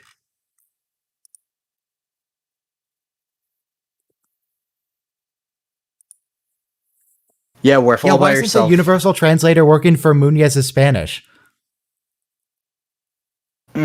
I guess it's assumed that everyone understands it. Everybody here knows Spanish, so it doesn't need to. Yep. Basic I mean- Catholic training. O'Brien was calling him Kike. That's short for Enrique. Oh, thank you. Short for It's like- what?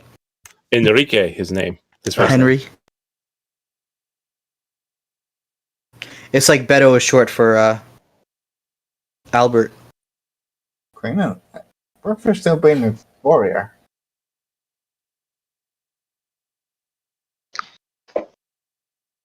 Alberto is Beto.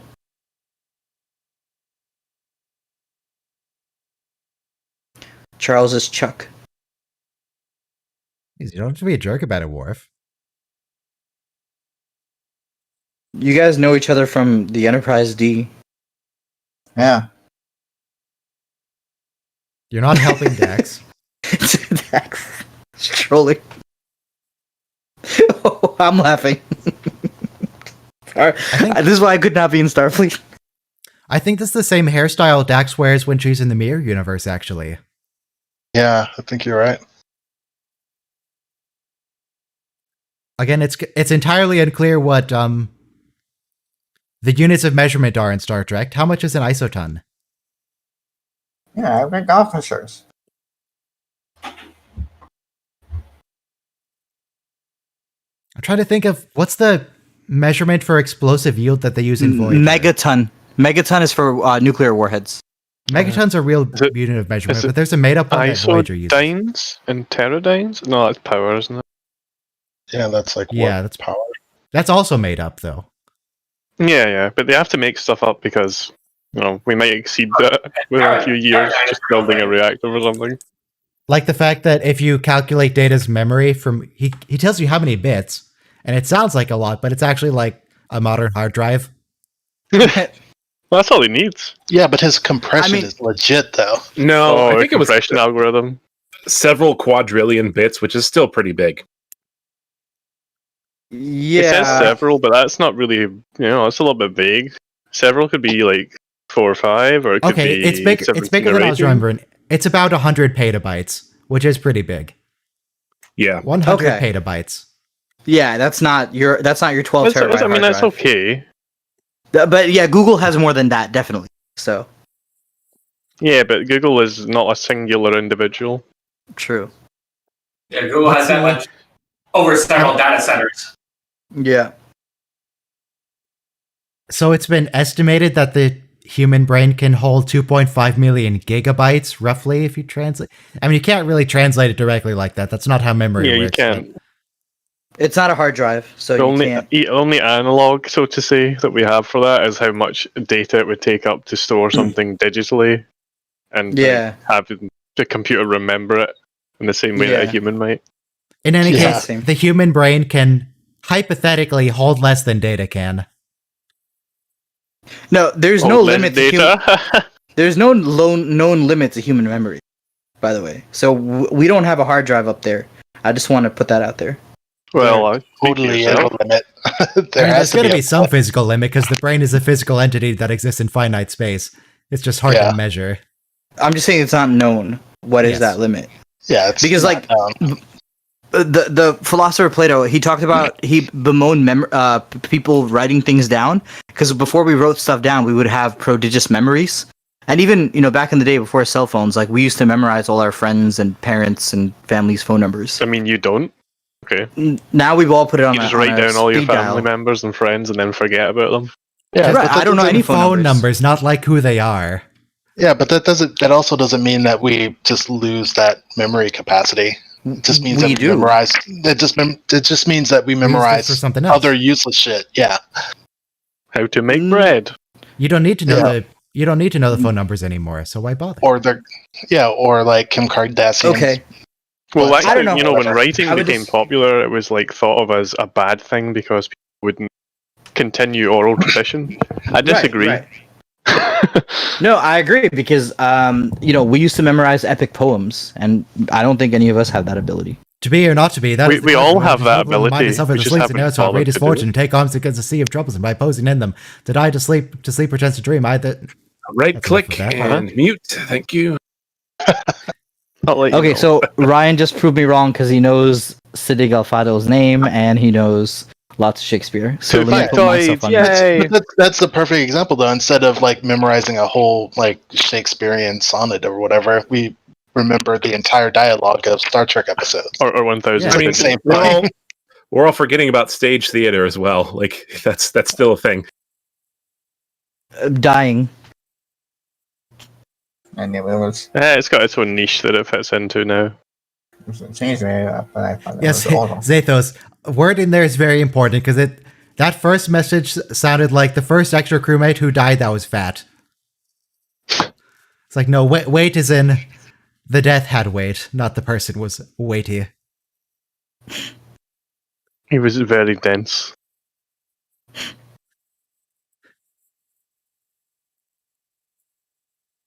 You're looking for the when founders die, they turn into iron filings apparently. Sometimes, other times they just explode. Right, and when I first saw it, I thought it was a shaggy rug. Also, yeah, I don't know that much Shakespeare. I have like 4 things in Shakespeare memorized, maybe 5. I don't know the whole play. I do like the effect when they solidify and the peaks start falling apart. I think that's neat. Yeah, it's a good effect. Did anyone notice, at least on the Netflix version, it looked like the Ketracel white tube was digitally put on, like the flow was digital? Did it? No, I wasn't watching close enough to notice. I did look at it and I thought, yep, there it goes, pumping away. Well, we're not going to see them anymore. They're gone. No.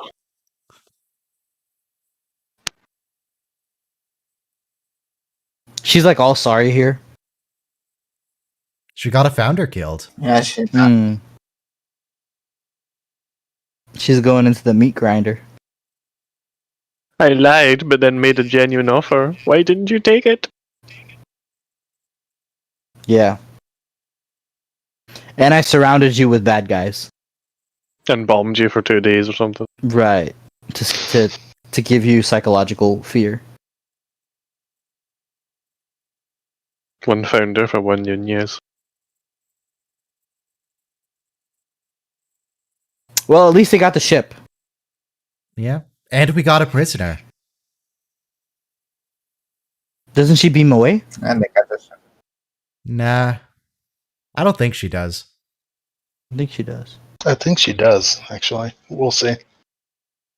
The only non-asthmatic benzite that we ever see, and she died on that shuttle. A lot of waste.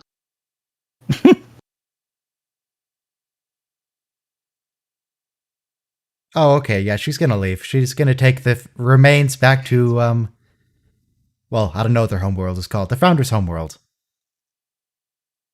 Why would you let her do that, though? She would be much more valuable as a prisoner. Because they're sad. Well, and she only needs to... Go ahead. I was just going to say, I think she does beam up. So I wonder, now that they know that the founder is dead and she's beamed out, why don't they just obliterate Cisco and the ship? All the Jem'Hadar are dead. Because I don't think they particularly care. They were just there for the founder. They would have left it there otherwise. Well, maybe, but they true, wouldn't have left it because they went back to get it. Yeah, but there's nobody to kill them now. Founder on board. Unless she's going to be launching the warheads herself, but she's too... Like, I don't think they do that. They don't dirty themselves. If she arrived back with no founder and no Jem'Hadar, wouldn't she just get recycled? Yeah. Yes. Recycled. Great. So why doesn't she just come with them? maybe it's still blasphemy if they explode the Founder's remains. Her job is to Maybe bring she back gets those like brownie remains. points for returning some of them. I mean, she's doing her job. She's I don't know. She I don't gets think she non-recycled. is though. That's like saying, you killed my admiral, so I'm just gonna let you take this valuable piece of military equipment. She has no choice. But she does have a choice. She's on the ship. That Maybe she just doesn't know how to launch the torpedoes. So if the Defiant was in orbit the whole time, why weren't they bombing the ship that was bombing them? No, it just got there. Oh, okay, thanks. Yeah, just in time. They were holding our out heroes until the Defiant could arrive. Right. We saw the runabout at the beginning. So our heroes just got there in a runabout and just said, "Well, let's wait for the Defiant in a couple of days after everybody dies." Okay. Exactly. All perfectly timed. Sounds like a plan. Perfectly Extra, timed. extra, Munez. Not Munez.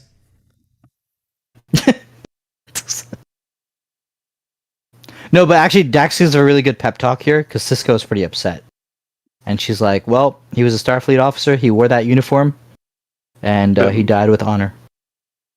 But the people that his death saved, we don't see them on camera, so we don't care about them.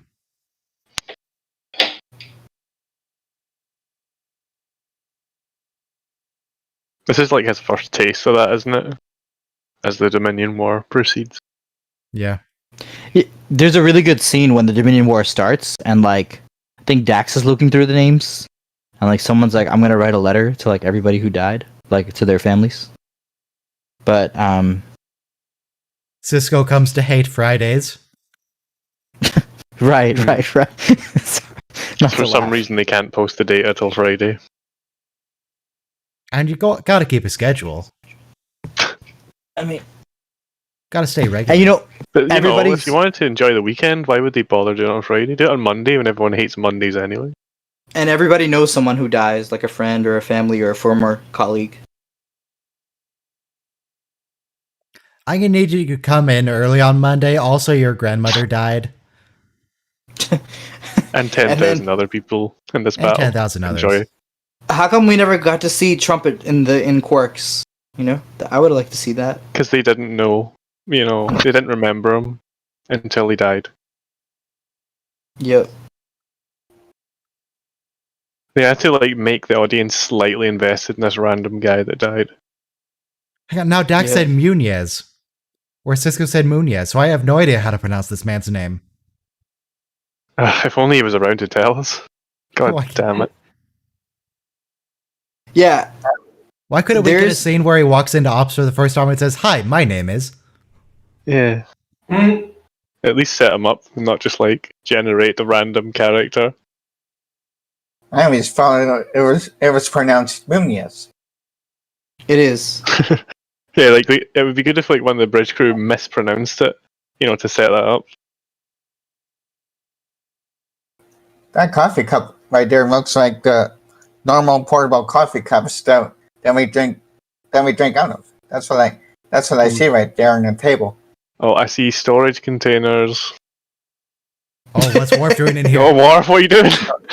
There's storage containers over there. Well, I mean, but By the those way- are red barrels. O'Brien was knocking over okay, storage they're containers safe. too a couple of episodes ago. Worf that's can't why get he's hit here by to the red barrels apologize. because he's wearing a red uniform. They're on his team. Is that how barrels work? Yeah. Alright. Yeah, they can't see you if you're the same color. There's some blue boxes, but I mean, boxes are pretty safe. They just see a torso walking around and some legs. Yeah, I'm colorblind. I can't see red. They can't see red. I was going to ask if Carlos died, but I can see that he did. Yeah, I figured he died. Farewell, Yes. random character. That's a lot of gas cans. Why do they have so much gas on the Defiant? It's a big ship, okay? But why do they use gas? There's only 4 decks. There's a bit of a gas guzzler. They even mention the fact that the engines are way too powerful for that ship. Right at the start. It's because Cisco likes to barbecue. About the random characters, why did they bring them in? To die. So that there could be some It's loss a- without just killing one of the a- main cast. I mean, Munez was a recurring character. We've that's seen chance him to quite a act. bit before. Was he? I don't remember him. I don't remember. Yeah, he's shown up a few Audition times. for TV shows. Also, 1 minute countdown to the last episode for today. Looking for Parmok in all the wrong places, which you've seen before a month ago. Along with No. Threshold. No, Yeah, we're like- not watching Threshold. Yeah, I'm gonna watch. Along with Sub Sub-Rosa. instead. Yeah. Now, Sub Rosa is an Yeah, amazing yeah, why episode, did they maybe bring- one of my favorites, but we're not watching it today. Oh well, I'm watching it right now. We will watch it though. Not tonight, though, but You can watch it if you want. I'm not going to stop you. The good thing is though, cannot. Deep Space Nine had a lot of comedy gold, and this was one of it. So it's not like we're watching a war episode again. We're watching like a humorous thing, which I don't know. Hey these- guys, that was depressing. Let's Hang watch on, a press holodeck play episode. in 5, 4, 3, 2, 1, play. Continue. Holodeck episode. oh, deck. There's some holodeck in here. I mean, even the last episode is making me laugh when Dax said, "Tough guys like put a little stress and they start to snap." Yeah, but if you were in that situation, you would be Mhm. laughing. No, I would not. Oh, Siddiq is spying on his girlfriend here. Not very Who? nice of you, Siddiq. Of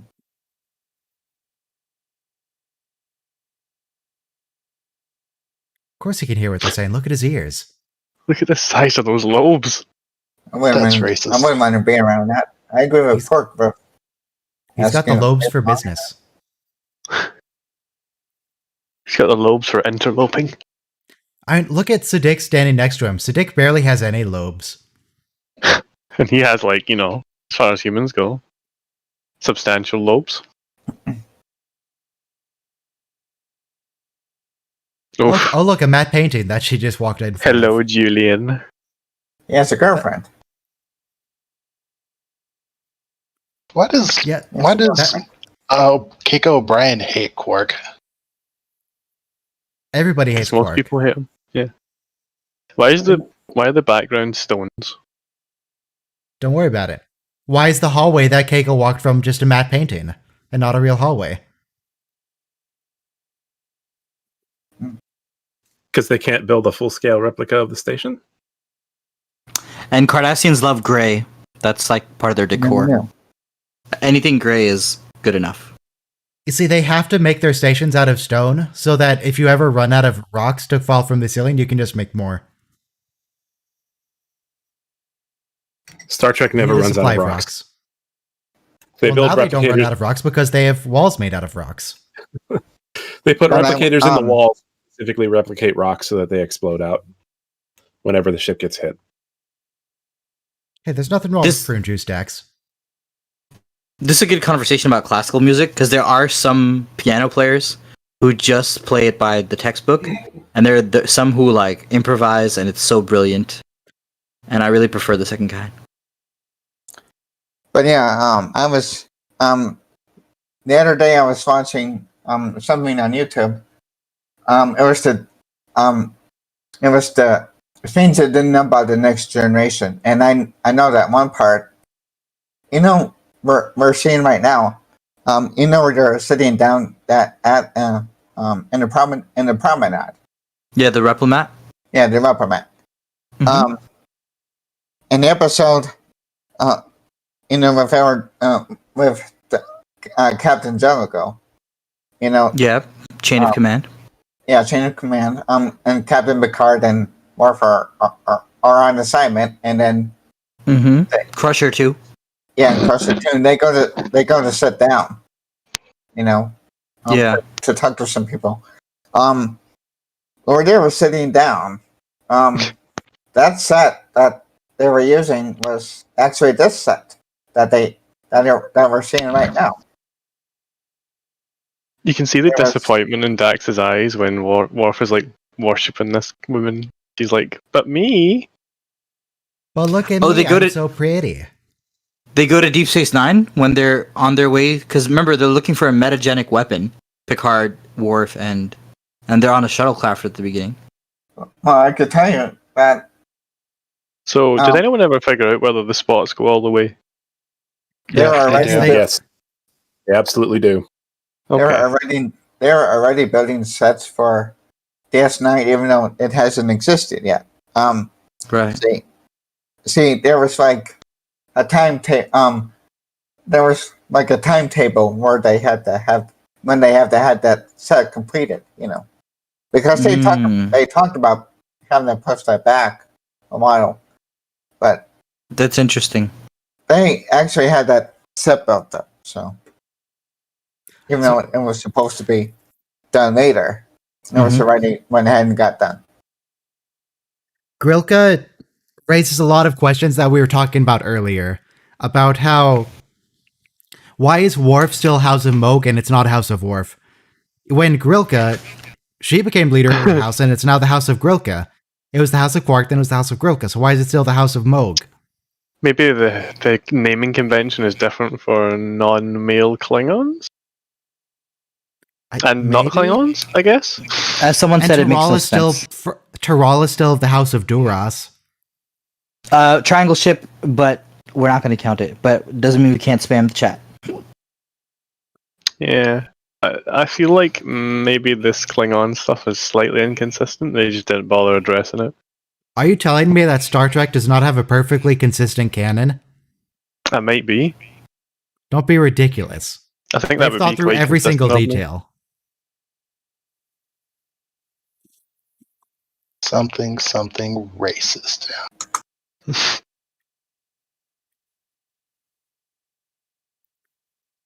So yeah, I mean, on the one hand, this is an episode that is ripe for dating tips.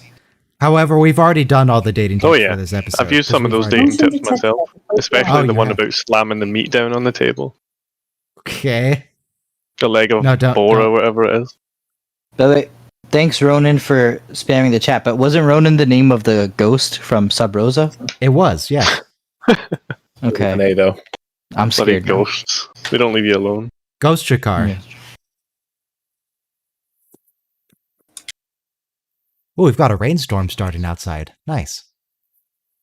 In real life. What do you mean we're on a space station? You can see We'll by carry the this show. sunny out here. Rain in DS9 stays mainly in the habitat ring. It doesn't work as well as a rhyme, though. We'll carry the show, Ryan, if your power goes I wonder down. if it rains in the habitat ring. How do you expect the show to actually continue if my power goes out? How's that supposed to work? We'll just watch Threshold, Sub Rosa, City on the Edge of Forever. Yeah, but he's the one streaming. But it's a live stream. True. If I turn off my noise suppression, can you hear the rain? It's off.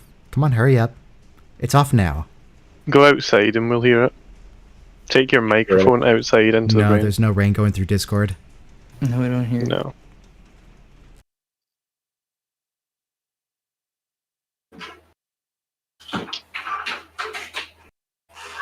Yeah, he's being very understanding of Grook. It's like, no, you didn't come here to get financial help. That would be dishonorable or something. No. But just on the off chance that I want to do some financial stuff. Directed by Andrew Robinson, written by Ronald D. Moore. So we got the talent. Like Garrick. Plain, simple, Garrick.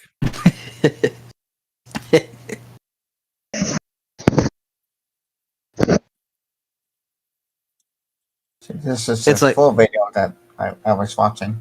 I remember. Sorry, I remember when Bashir and Garrick are having a lunch conversation. It's like Bashir asks him, "How do I know which parts you told me were true and which part weren't?" It's like the crumbs on the table, Doctor. You just have to gather them all up.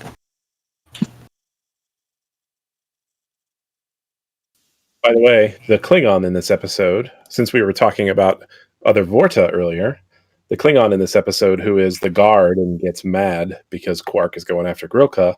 The old one or the young one? The young one. No, he's the one who gets mad. The old one's just like, calm down, Worf. But the younger one will come back and later play Third Ramataclan in Rocks and Shoals, the episode where we meet Kivon. The best Jem'Hadar, in my opinion. He's Third pretty great. Ramataclan is my favorite. With more aggressive overtones. Okay. So it's S&M. That makes me wonder, like, what Klingon word doesn't have aggressive overtones? Mm-hmm. Fair question. You can have aggressive overtones, but have even more aggressive overtones. True. What are you holding, Sadiq? What is that? It looks It's a desk crystal. it's a mask. It's a Nope, desk nebulizer. crystal. The Jerry's. Oh. Brian's taking a huff. That's prescription, O'Brien. You can't just huff it. Seriously. You never took your brother's asthma inhaler? But it smells so good. What are all these things that he has got? That looks It like looks like- coffee grounds. Yeah. Yeah. There's some Looks like the same set as drinks. the Replimat, basically. Some of those canisters in the background are the same ones they used for the harvesters in that one episode. Mm-hmm. I mean, that would So if they Julian gave her that, she stocked wouldn't up on- be sneezing anymore. Julian doing stocked anything up on anymore. bioweapons. Okay. You need some spare harvesters just in case. He's a member of QAnon or something, or a militia. The right to bear harvesters. She has a rash on her thighs. Why is Yeah. O'Brien getting Kira's medication anyway? Yeah. She's on duty. pregnant. Heavily pregnant. She's pregnant. She's not like incapacitated. In a coma or something. Yeah, she's not in a coma or something. Maybe she's just working right now. Maybe she's in ops and she's busy. And she can't get to the sick bay before it closes. Nope.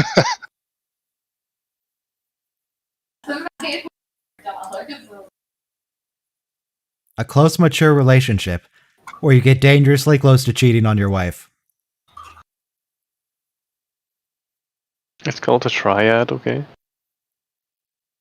I'll bet you looked. That's how you talk about your main partner, Siddig? With a smirk? Yeah, that's funny that he says that, isn't it? Yeah. Given the actual situation of what was going on. Yeah. Oh, he's taking the little yum-yums out at the bottom of the cup. Hey, look, there's more. Where have those gloves been? What are you putting that in your mouth for? Yeah. That's disgusting. Worf, what's wrong with you? Is that? By the way, Bloodline. it's established in like. Is that the most we ever hear Morn say, or even in tone? Or we hear him grunt. Just the one grunt is the only sound he ever makes in the entire series. He makes one noise in like season 1. I don't remember what it was though. It's like a really quiet noise when he vomits up some latinum later on. Yeah. Why are you yelling at your friend to stop? Sure, you should be yelling at Worf to stop.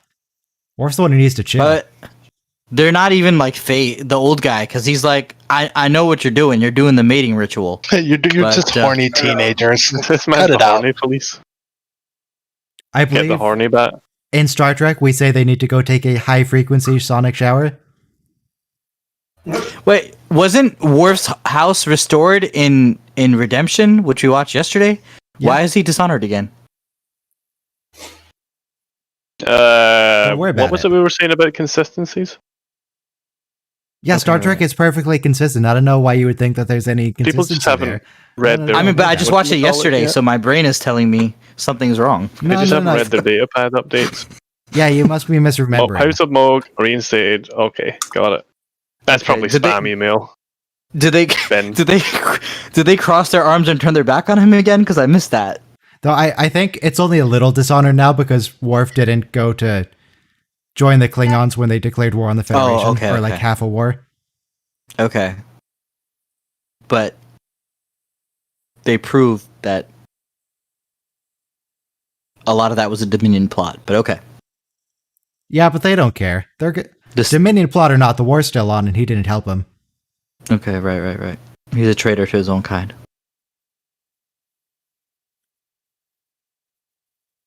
Yes, you are, Worf. Yeah. We all are, man, in love. Don't feel bad. He's got his little glass of prune juice.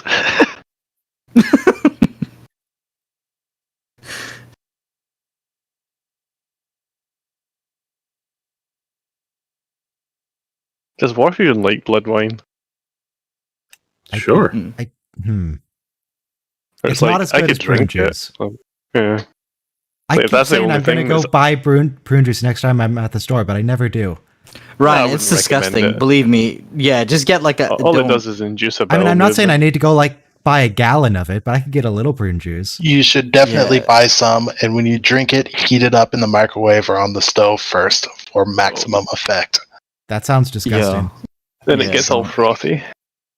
Yuck. It's not the only thing. I mean, it can be a good taste. Prunes are great, by the way. Like, you can just eat prunes that have been dried. How is it called prune juice when prunes are just dehydrated grapes? Right? They're plums. No, prunes are a So is it not yeah. plum juice? It is, essentially. That's a good question. We don't have raisin juice, but we do have prune juice.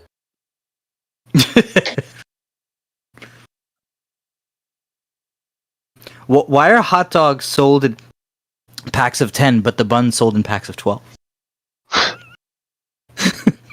Why does my grocery store sell like 10-inch hot dogs, but the buns are only 4 or 5 inches? Sell buns? Big bun? I grabbed some hot dogs from the deli section a couple weeks ago, and I went looking for some appropriately sized buns, but they literally do not sell the buns that would fit that hot dog. I had to just cut it in half when I cooked it. Yeah. They're worthless. Big bakery, Glorious. you know? Yeah, Dax was also flirting with Worf earlier on.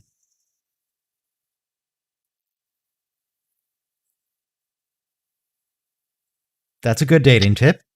I don't think we've mentioned that before. Dating tip 24. Don't stare at her cleavage.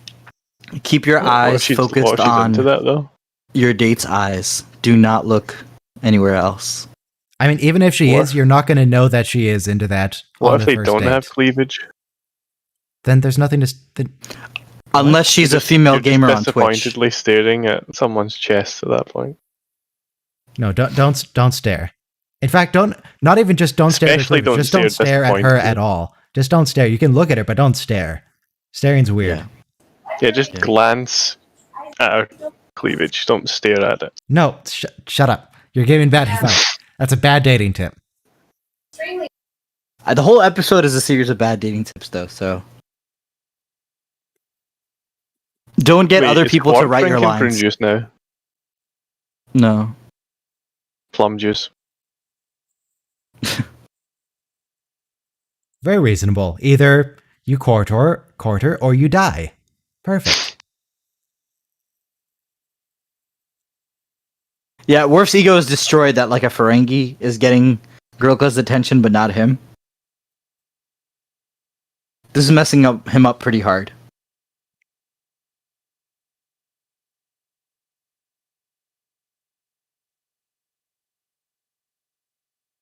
Yo, he's like massaging her. Yes, that is in fact what's happening on scene. Mm-hmm. What's happening? Another man's wife. They're actors. That's what they do. Mm-hmm. They're fine. Kate goes into this. They're adults and Starfleet officers. They can handle themselves.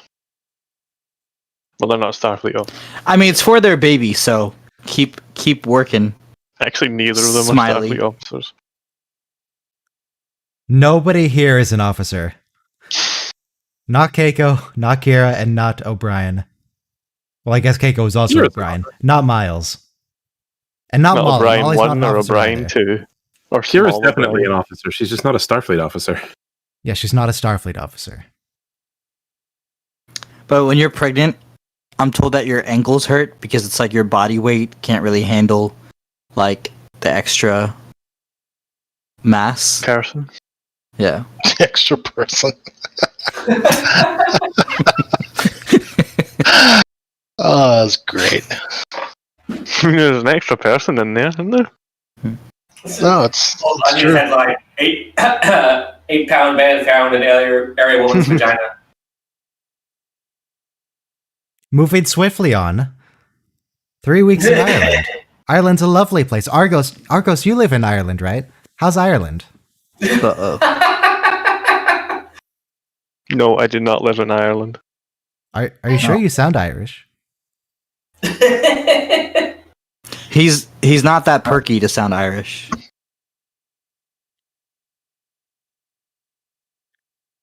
I take that as a no. You don't want to tell us about Ireland. I have no experience in Ireland, for I do not live there. Okay. I mean, it seems like a nice enough place. I mean, it's not as good as New Zealand, maybe, but it seems okay.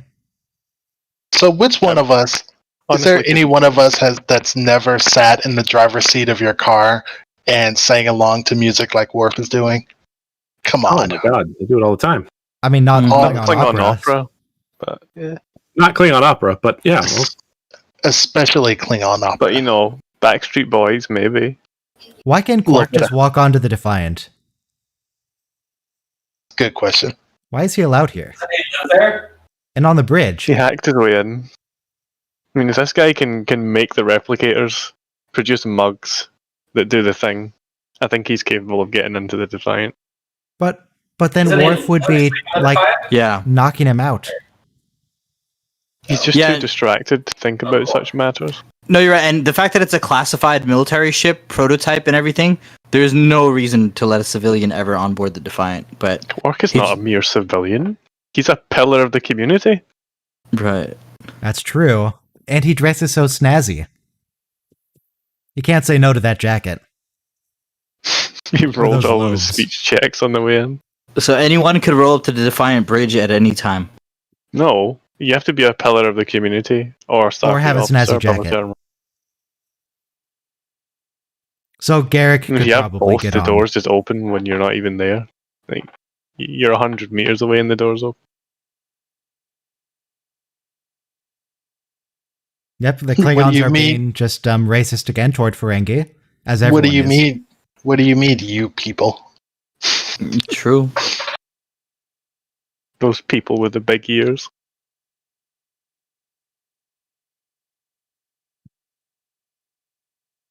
I said this before when we watched it the first time, but Shakespeare's play As You Like It has somebody writing love letters for somebody else, and the girl falls madly in love without realizing that the words are not from the guy you're into. That's also a quest in a number of video games where someone says, "Oh, can you deliver this letter to my love? She doesn't know I exist, so definitely don't tell her that it's from you. But if you could just give her this letter that I wrote." Mm.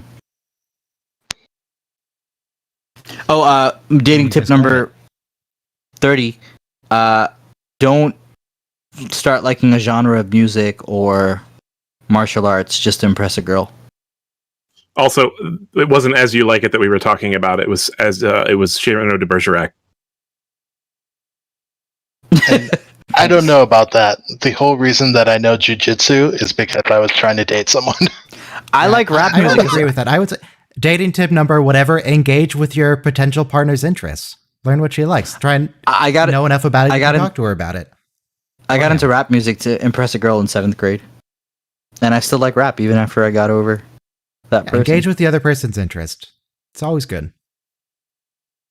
Especially if you have a passing interest in it. Because I may not have gotten the guy, but I learned jujitsu. But you know the thing, like Trade. I like Latin, and I like Latin, so I don't regret that. That's cool. I watched through the Death Note anime for someone. That worked out pretty well. Oh, that's really good. So good. Klingonese? You mean Klingon? I think that's the only anime I've ever seen. No, I guess I've seen Yu-Gi-Oh! Does that count? I watched Yu-Gi-Oh! When I was a kid. You were the Battle City Tournament. Mm-hmm. The power of friendship in the heart of the cards. Well, it worked out for us because you incorporated it into D&D. Yes. Things. Maybe if Mr. Yagami had learned about the power of friendship from Taya, it would have worked out better for him.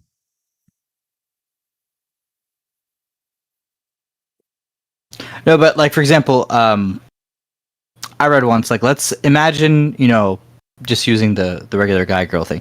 So imagine if a girl like pretended to like cars or NASCAR, just trying to impress a guy and be like, "Oh yeah, I love the way that engine sounds," but she like has no idea much of how different engines sound. So it's like you don't come across as a phony or try to pretend to be something you're not.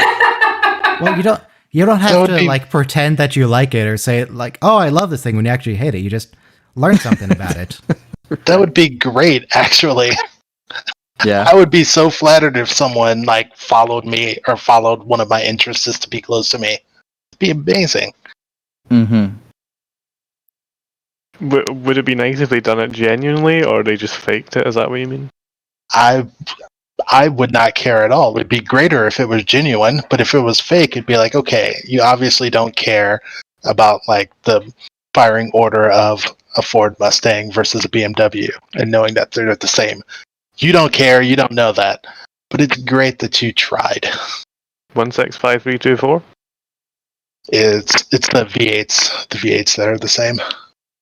Those are cars. Indeed. Yes. The cars have engines, and engines have pistons. Yep. And it works by internal combustion. And it goes... Based on what you said, I assume it has at least 6 pistons. See? That V6 does, yeah. Obviously, Ryan wants to be close to me, and I'm flattered. Well, you don't He's have an trying to Irish learn accent, and so that Argos does, so... I think I might be offending Argos. That's right. He He makes disparaging remarks all the time. I do not. Bloody news.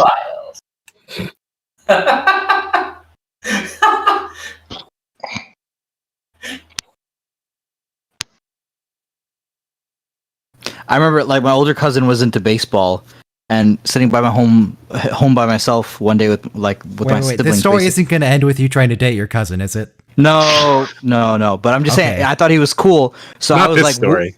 whooping So you learned and the firing order hollering. of the pistons in his car. I was whooping and hollering at a baseball game, like I was really into it, and like I could only do it for like one baseball game. But it's like you can't fake being a fan. And I don't think I ever watched baseball again after that. I was like 10 years old or 11. Baseball is a difficult sport to watch, in my opinion. Isn't that why they deliver all the food and booze? Probably. And hot dogs. Isn't that why it's dead by the mid 2000s? Yeah. It's not dead, is it? Not yet, but No. in Star Trek canon it is. What's his name? Buck have to revive it. Yokai? Buck Bokai. Yeah, thanks. What's that thing in the background behind Grilka? It's like That's it the looks like a double wheel. gumball machine. Oh. Just out of Quiet. focus. Yeah, see, Grilka, he's engaging with your culture. You have to engage with his culture. And he's wearing some She's It's a learning. system. She's just a bit rigid. She will, by the end of the episode, be more understanding of his Ferengi qualities. So that's nice. What's this? She's what's the already things getting that there. What's that gambling game that the Ferengi play sometimes after Tongo. Congo? Tongo? Yeah. What is the things that they can do in that? It's like acquire, something. Evade. Something. Confront. Okay. Because when he said acquire, that's what I was thinking. Ah, the like- Ferengi children's book. Acquire, Brock. Acquire. Thopak is so racist. Everybody's Klingon? racist toward Ferengi. Even Cisco's racist toward Ferengi. And he has a whole plot line in Season 7 about anti-racism. Quark is lucky he just got pushed and yelled at.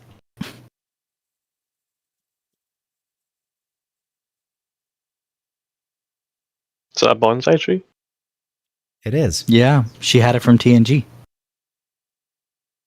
She has a bonsai music. What was the Bonsai dead music. tree that Bonsai panned tree. past There's some as well? classical Japanese music playing. I know Brian just cannot express his culture in here. I think he tries to make her potatoes or something. Yeah, he tries to give her like a meat dinner, and then she's like, "Ew, your grandmother handled real meat." Ew. Yeah. Then shows no interest in what he makes. Yeah, it's the same thing as Grilka and... I was going to say Grilka and Ferengi. Grilka and Quark, he has a name. O'Brien Grilka is and the engaging with Ferengi her culture. bartender. She needs to engage with O'Brien's culture. Yep. Though in this What if case, the- it's not really that she's not being understanding of him. It's just he's trying to do something nice for her. Oh no, what if you go into labor? It's not like Bajor has doctors of their own. I mean, Yeah, she's like going to specifically Bajor able to the middle of deal with nowhere. Bajoran women. It's not like we can just beam someone into the like remote getaway or anything. Or beam someone out to a hospital. She's Yeah, like trying to make them a couple. You Yeah, know she's that? not Like, giving him that's what's any happening here. choice. Yeah. Because she knows that Jesus, Miles will Keiko, just chill. do everything. Yeah, Keiko's serious about this. No, she's just trying to get rid of Miles. Get him out of here. Nah, she's looking out for their baby. Go take care of the baby. I mean, I've got trees to look at. Tiny little trees. she has a seminar where she's giving a speech. God.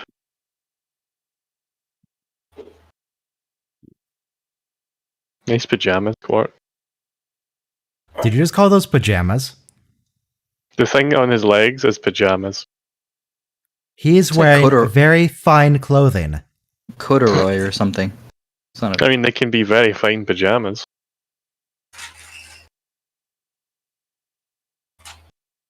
kind of tight to be a pajama. It's very matter of fact of you, Worf. Yes, either Oh, that's great. lose Grilka or die.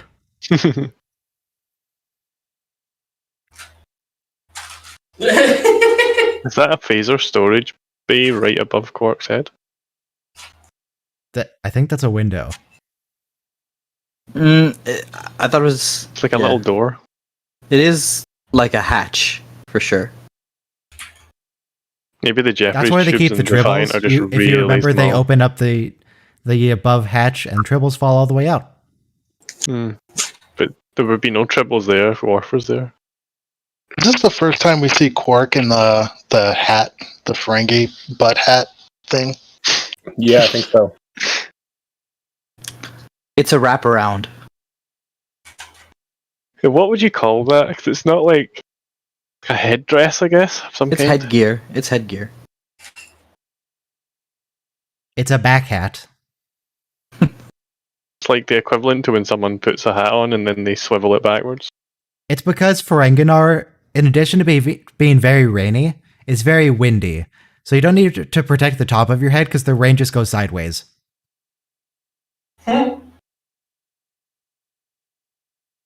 But that doesn't work. It's going sideways and not to the back of your head. Okay, got it. Motion detected at the front door. Well, you can't have it I feel like it's all the way around your face. right. I feel It's just like your periphery.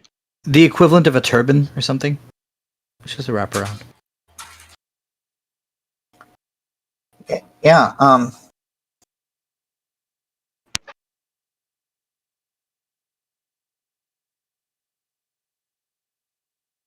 Maybe you should try a woman more like Dax, who's more like chill. We don't see this A little more technology really again, and it would have been really helpful if you can animate somebody during the Mugi episode when they had the dead Vorta. They could have just animated him with this thing more or less instead of putting a neurotransmitter on his head and just like making him walk into walls. God, Dax is hinting so hard. Yeah. Hints don't work with Klingons. They don't work that way. It's going right over my head as well. She's describing herself when she describes the kind of woman he should be looking for. And then she follows it up with, and maybe someone more attainable. Maybe someone who you see every day, and you live in the same She's like station rubbing with, up against him. She's like, maybe and someone who's currently like holding me. onto your arm. Why won't you love me, Worf? She wears short skirts. She even I took the wear sash. T-shirts. No, she wears pants. She wears a jumpsuit, man. She doesn't wear I'm on skirts. the bleachers. No, there's no. Well, there are bleachers sometimes, actually. What you've been looking for has been here the whole time.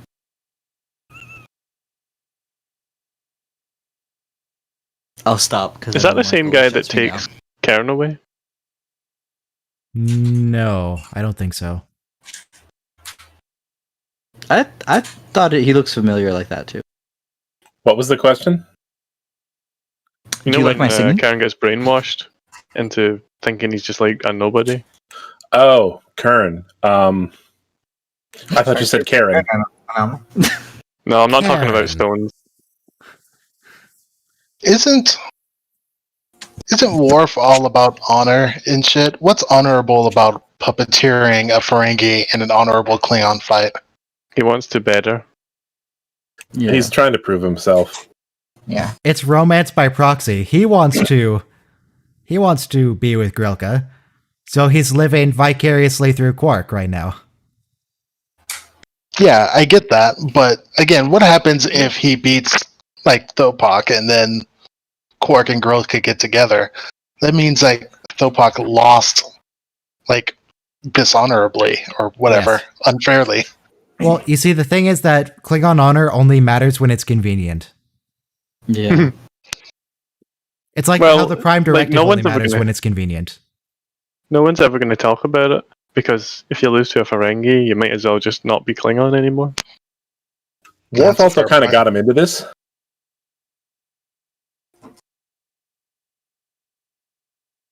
Now Grilka is going to be more understanding about Ferengi.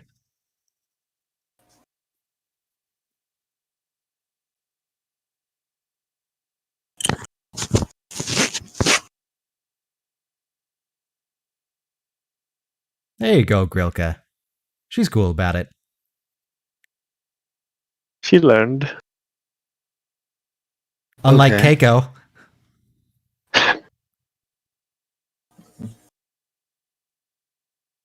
So next time Picard is going to be Arbiter of Succession, he should just invoke some obscure Federation principle. Those things on the walls Like were very clearly just stickers. I like how he's impressed that he's still alive. Do you know what would be funny? Like, what happens if, shit went left and then Quark got decapitated by Thopok, and then and then nothing happened, and then Cisco just has a murder scene in the holodeck. Yeah, Worf's just gonna be like, "Oh, what happened? Uh-oh, we have a security breach." Back in the day, they used to have duels, and I think even after they made it illegal, people would still do it. So it would fall under that category of like, well, it was a gentlemanly duel, and that's how Aaron Burr died, or Alexander Hamilton, more accurately.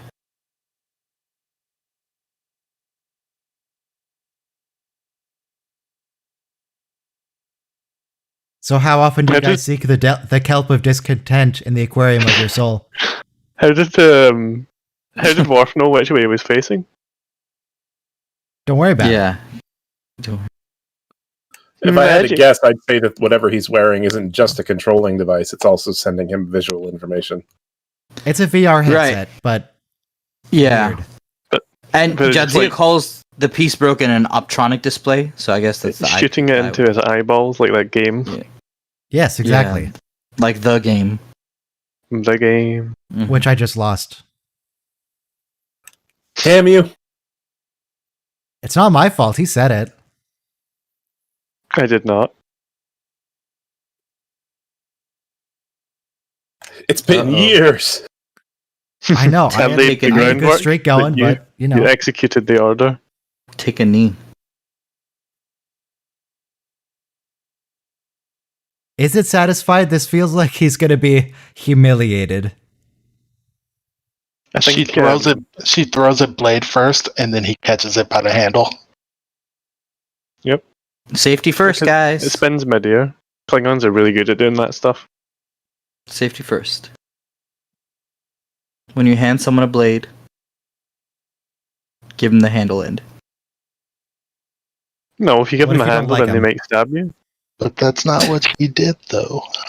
Right. It's like the opposite of the last episode. I saw Martok hit him with the sharp end of the blade, and then when you cut to the other shot, he's being hit with the back of the battle. So is Worf going to teach him how to bone? Nope. Okay. No. They're done. All right. Well, that's going to be awkward when he's like, okay, let's do Umax. And she's like, what? I mean, you got to learn how to do it like a warrior. Okay, that's enough of that line of conversation. Thank you. We don't need to elaborate. I'm just reminded of the scene from Twilight. Why? You know what? I'm not going to ask. What's from Twilight? Was aki urostak. See, now Worf understands because she was direct about it. Yeah. I like how the implication is that Batleth is just hanging in the air until she grabs it. Yes, it is. We're in space. But Worf is so pent up. I feel like he'd fall for anyone at this point. Dax, he called for the Batleth and did exactly one swing with it. I mean, there are certain ways of doing things, so you just have to follow those. By the way, chat audience, please be careful with erotic asphyxiation. You can actually die from it. Nope, moving swiftly on. Excuse me? Okay, so O'Brien and Kira are going to go to a romantic place out in the country. Beautiful to their cottage. ranch house. Why is his badge wonky, though? His badge? I mean, he's stressed. It's the tilt of stress. Wait, that's an actual phrase people use. He's tilted. He's about to be. 30 miles from the nearest town. The Halana River that... There's no You got light water pollution, views. so you can see the stars really well, and you can see the Milky Way, and God. Now he's tilted. Except his badge is somehow getting straighter. Well, that's why he's tilted, because the badge transferred its tilt to him.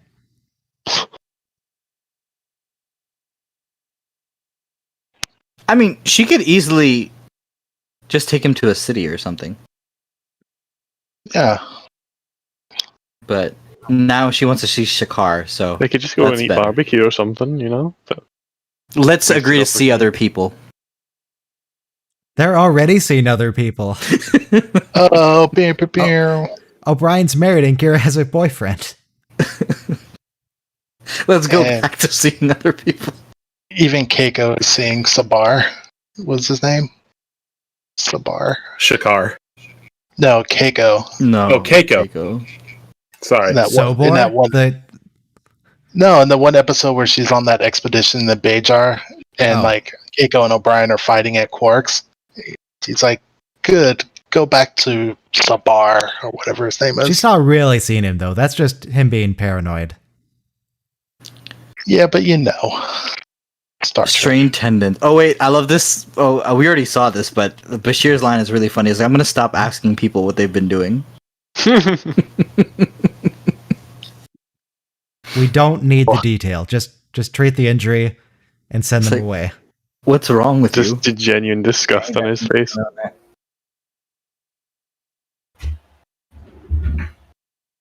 I don't think I ever noticed that she's got his sash on her shoulder. She's had it since he started fighting. I will treat them, and that'll be that. Just gonna stop asking that question too. Wait, his badge is really big. What's going on with the badges in this episode? I think he's just Well, really you see, small. the camera was just zoomed in, so The lens that badge, effect. that was the normal size, and that other badge was far away. No. It's It was big. It's gonna be a lens. It did look huge. Yeah, it's He's not a big guy. He's small and he's skinny. I watched like there's this guy named Simon Dan. He debunks flat Earth videos, and like all the flat earthers say, how come all the photos of Earth from space look different? Because like sometimes North America looks like it's half the size of the Earth, sometimes it's like small, like more proportional. And Simon Dan does this with the globe. When you take a picture far away from a globe, and then when you take a picture close up to a globe, and when you zoom in, it looks different. The badge is bigger. That's how the lens works.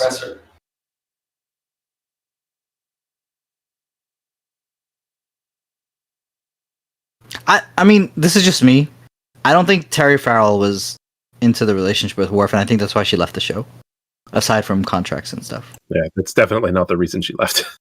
Okay. Well, after You like can thank Rick seasons of Berman being in for a that. relationship with Worf. It's those contracts that's why she left. Yeah. What did Rick Berman do? It's the contracts. Rick Berman a lot of is a stuff. perv and a jerk, so he of course ruined everything. Motion detected at the front yard. Maybe that's all. What happened with Terry Farrell leaving the show is she wanted to do some other stuff, Well, but she still wanted Klingons to do be on not DS9, laugh. so yeah, they Worf don't laugh. Complete violation of canon. Disgusting. Worf doesn't laugh.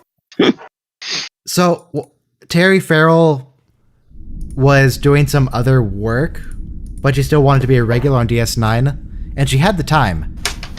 But they said, no, you either have to be contracted for every single episode, or you're fired. And she said no. They also Fine. cut her pay, as I recall. They like didn't want to pay her as much, and they said they used the justification of this is the last season. Don't you want to be here? And like, Wow. it's just garbage. Yeah. And Rick Berman good- was a creep. Which Yeah, doesn't help. he was the one who said that in the first place too. Thank you, Michael, for the link to Renegade Cut. Yeah, Renegade Cut. I don't know if you guys have ever seen Renegade Cut or not. His whole channel is pretty great, but that one in particular is about Rick Berman and how Rick Berman is awful. If it's in the Discord, if for those of you in chat who aren't seeing what I'm talking about. I will definitely watch that. Thanks for the link. Okay, so that's all the episodes for today. Next week, TNG is something for sure. And then DS9 next week is also going to be something. Let's see, TNG is going to be Ensign Row, which is excellent. Yes. Silicon Avatar, it's pretty good. And Disaster, which is really good. And in Disaster, we get a very important character, the executive officer in charge of radishes. Very important. You're the best number one. And then DS9 next week is going to be Nor the Battle to the Strong, where Jake and Bashir go into a combat area and Jake gets all freaked out and runs away. The Assignment with Evil Keiko. And Trials and Tribulations, and you know what that is. Oh, wow. Yes. Oh, hell yes. Thank you, Ryan. Thank you, chat. So, Runaway Jake, Evil Keiko, and Captain James T. Kirk. 33 separate temporal violations, the man is a menace. Oh, so good. Okay. Oh yeah, and their names are like amalgams of the people from God, what's the name of the show? X-Files? Yes, thank you. Mulder. So that's Mulder that. and Scully. Mulder and Scully. Right. That's All right. one. Stream's over. We're out. We're getting out of here. I don't know who Thank plays you, the actor. Argos. Don't worry Deep about Low, it. Jarynx, Michael. Have a great weekend. Thank you, Sadiq. Bye.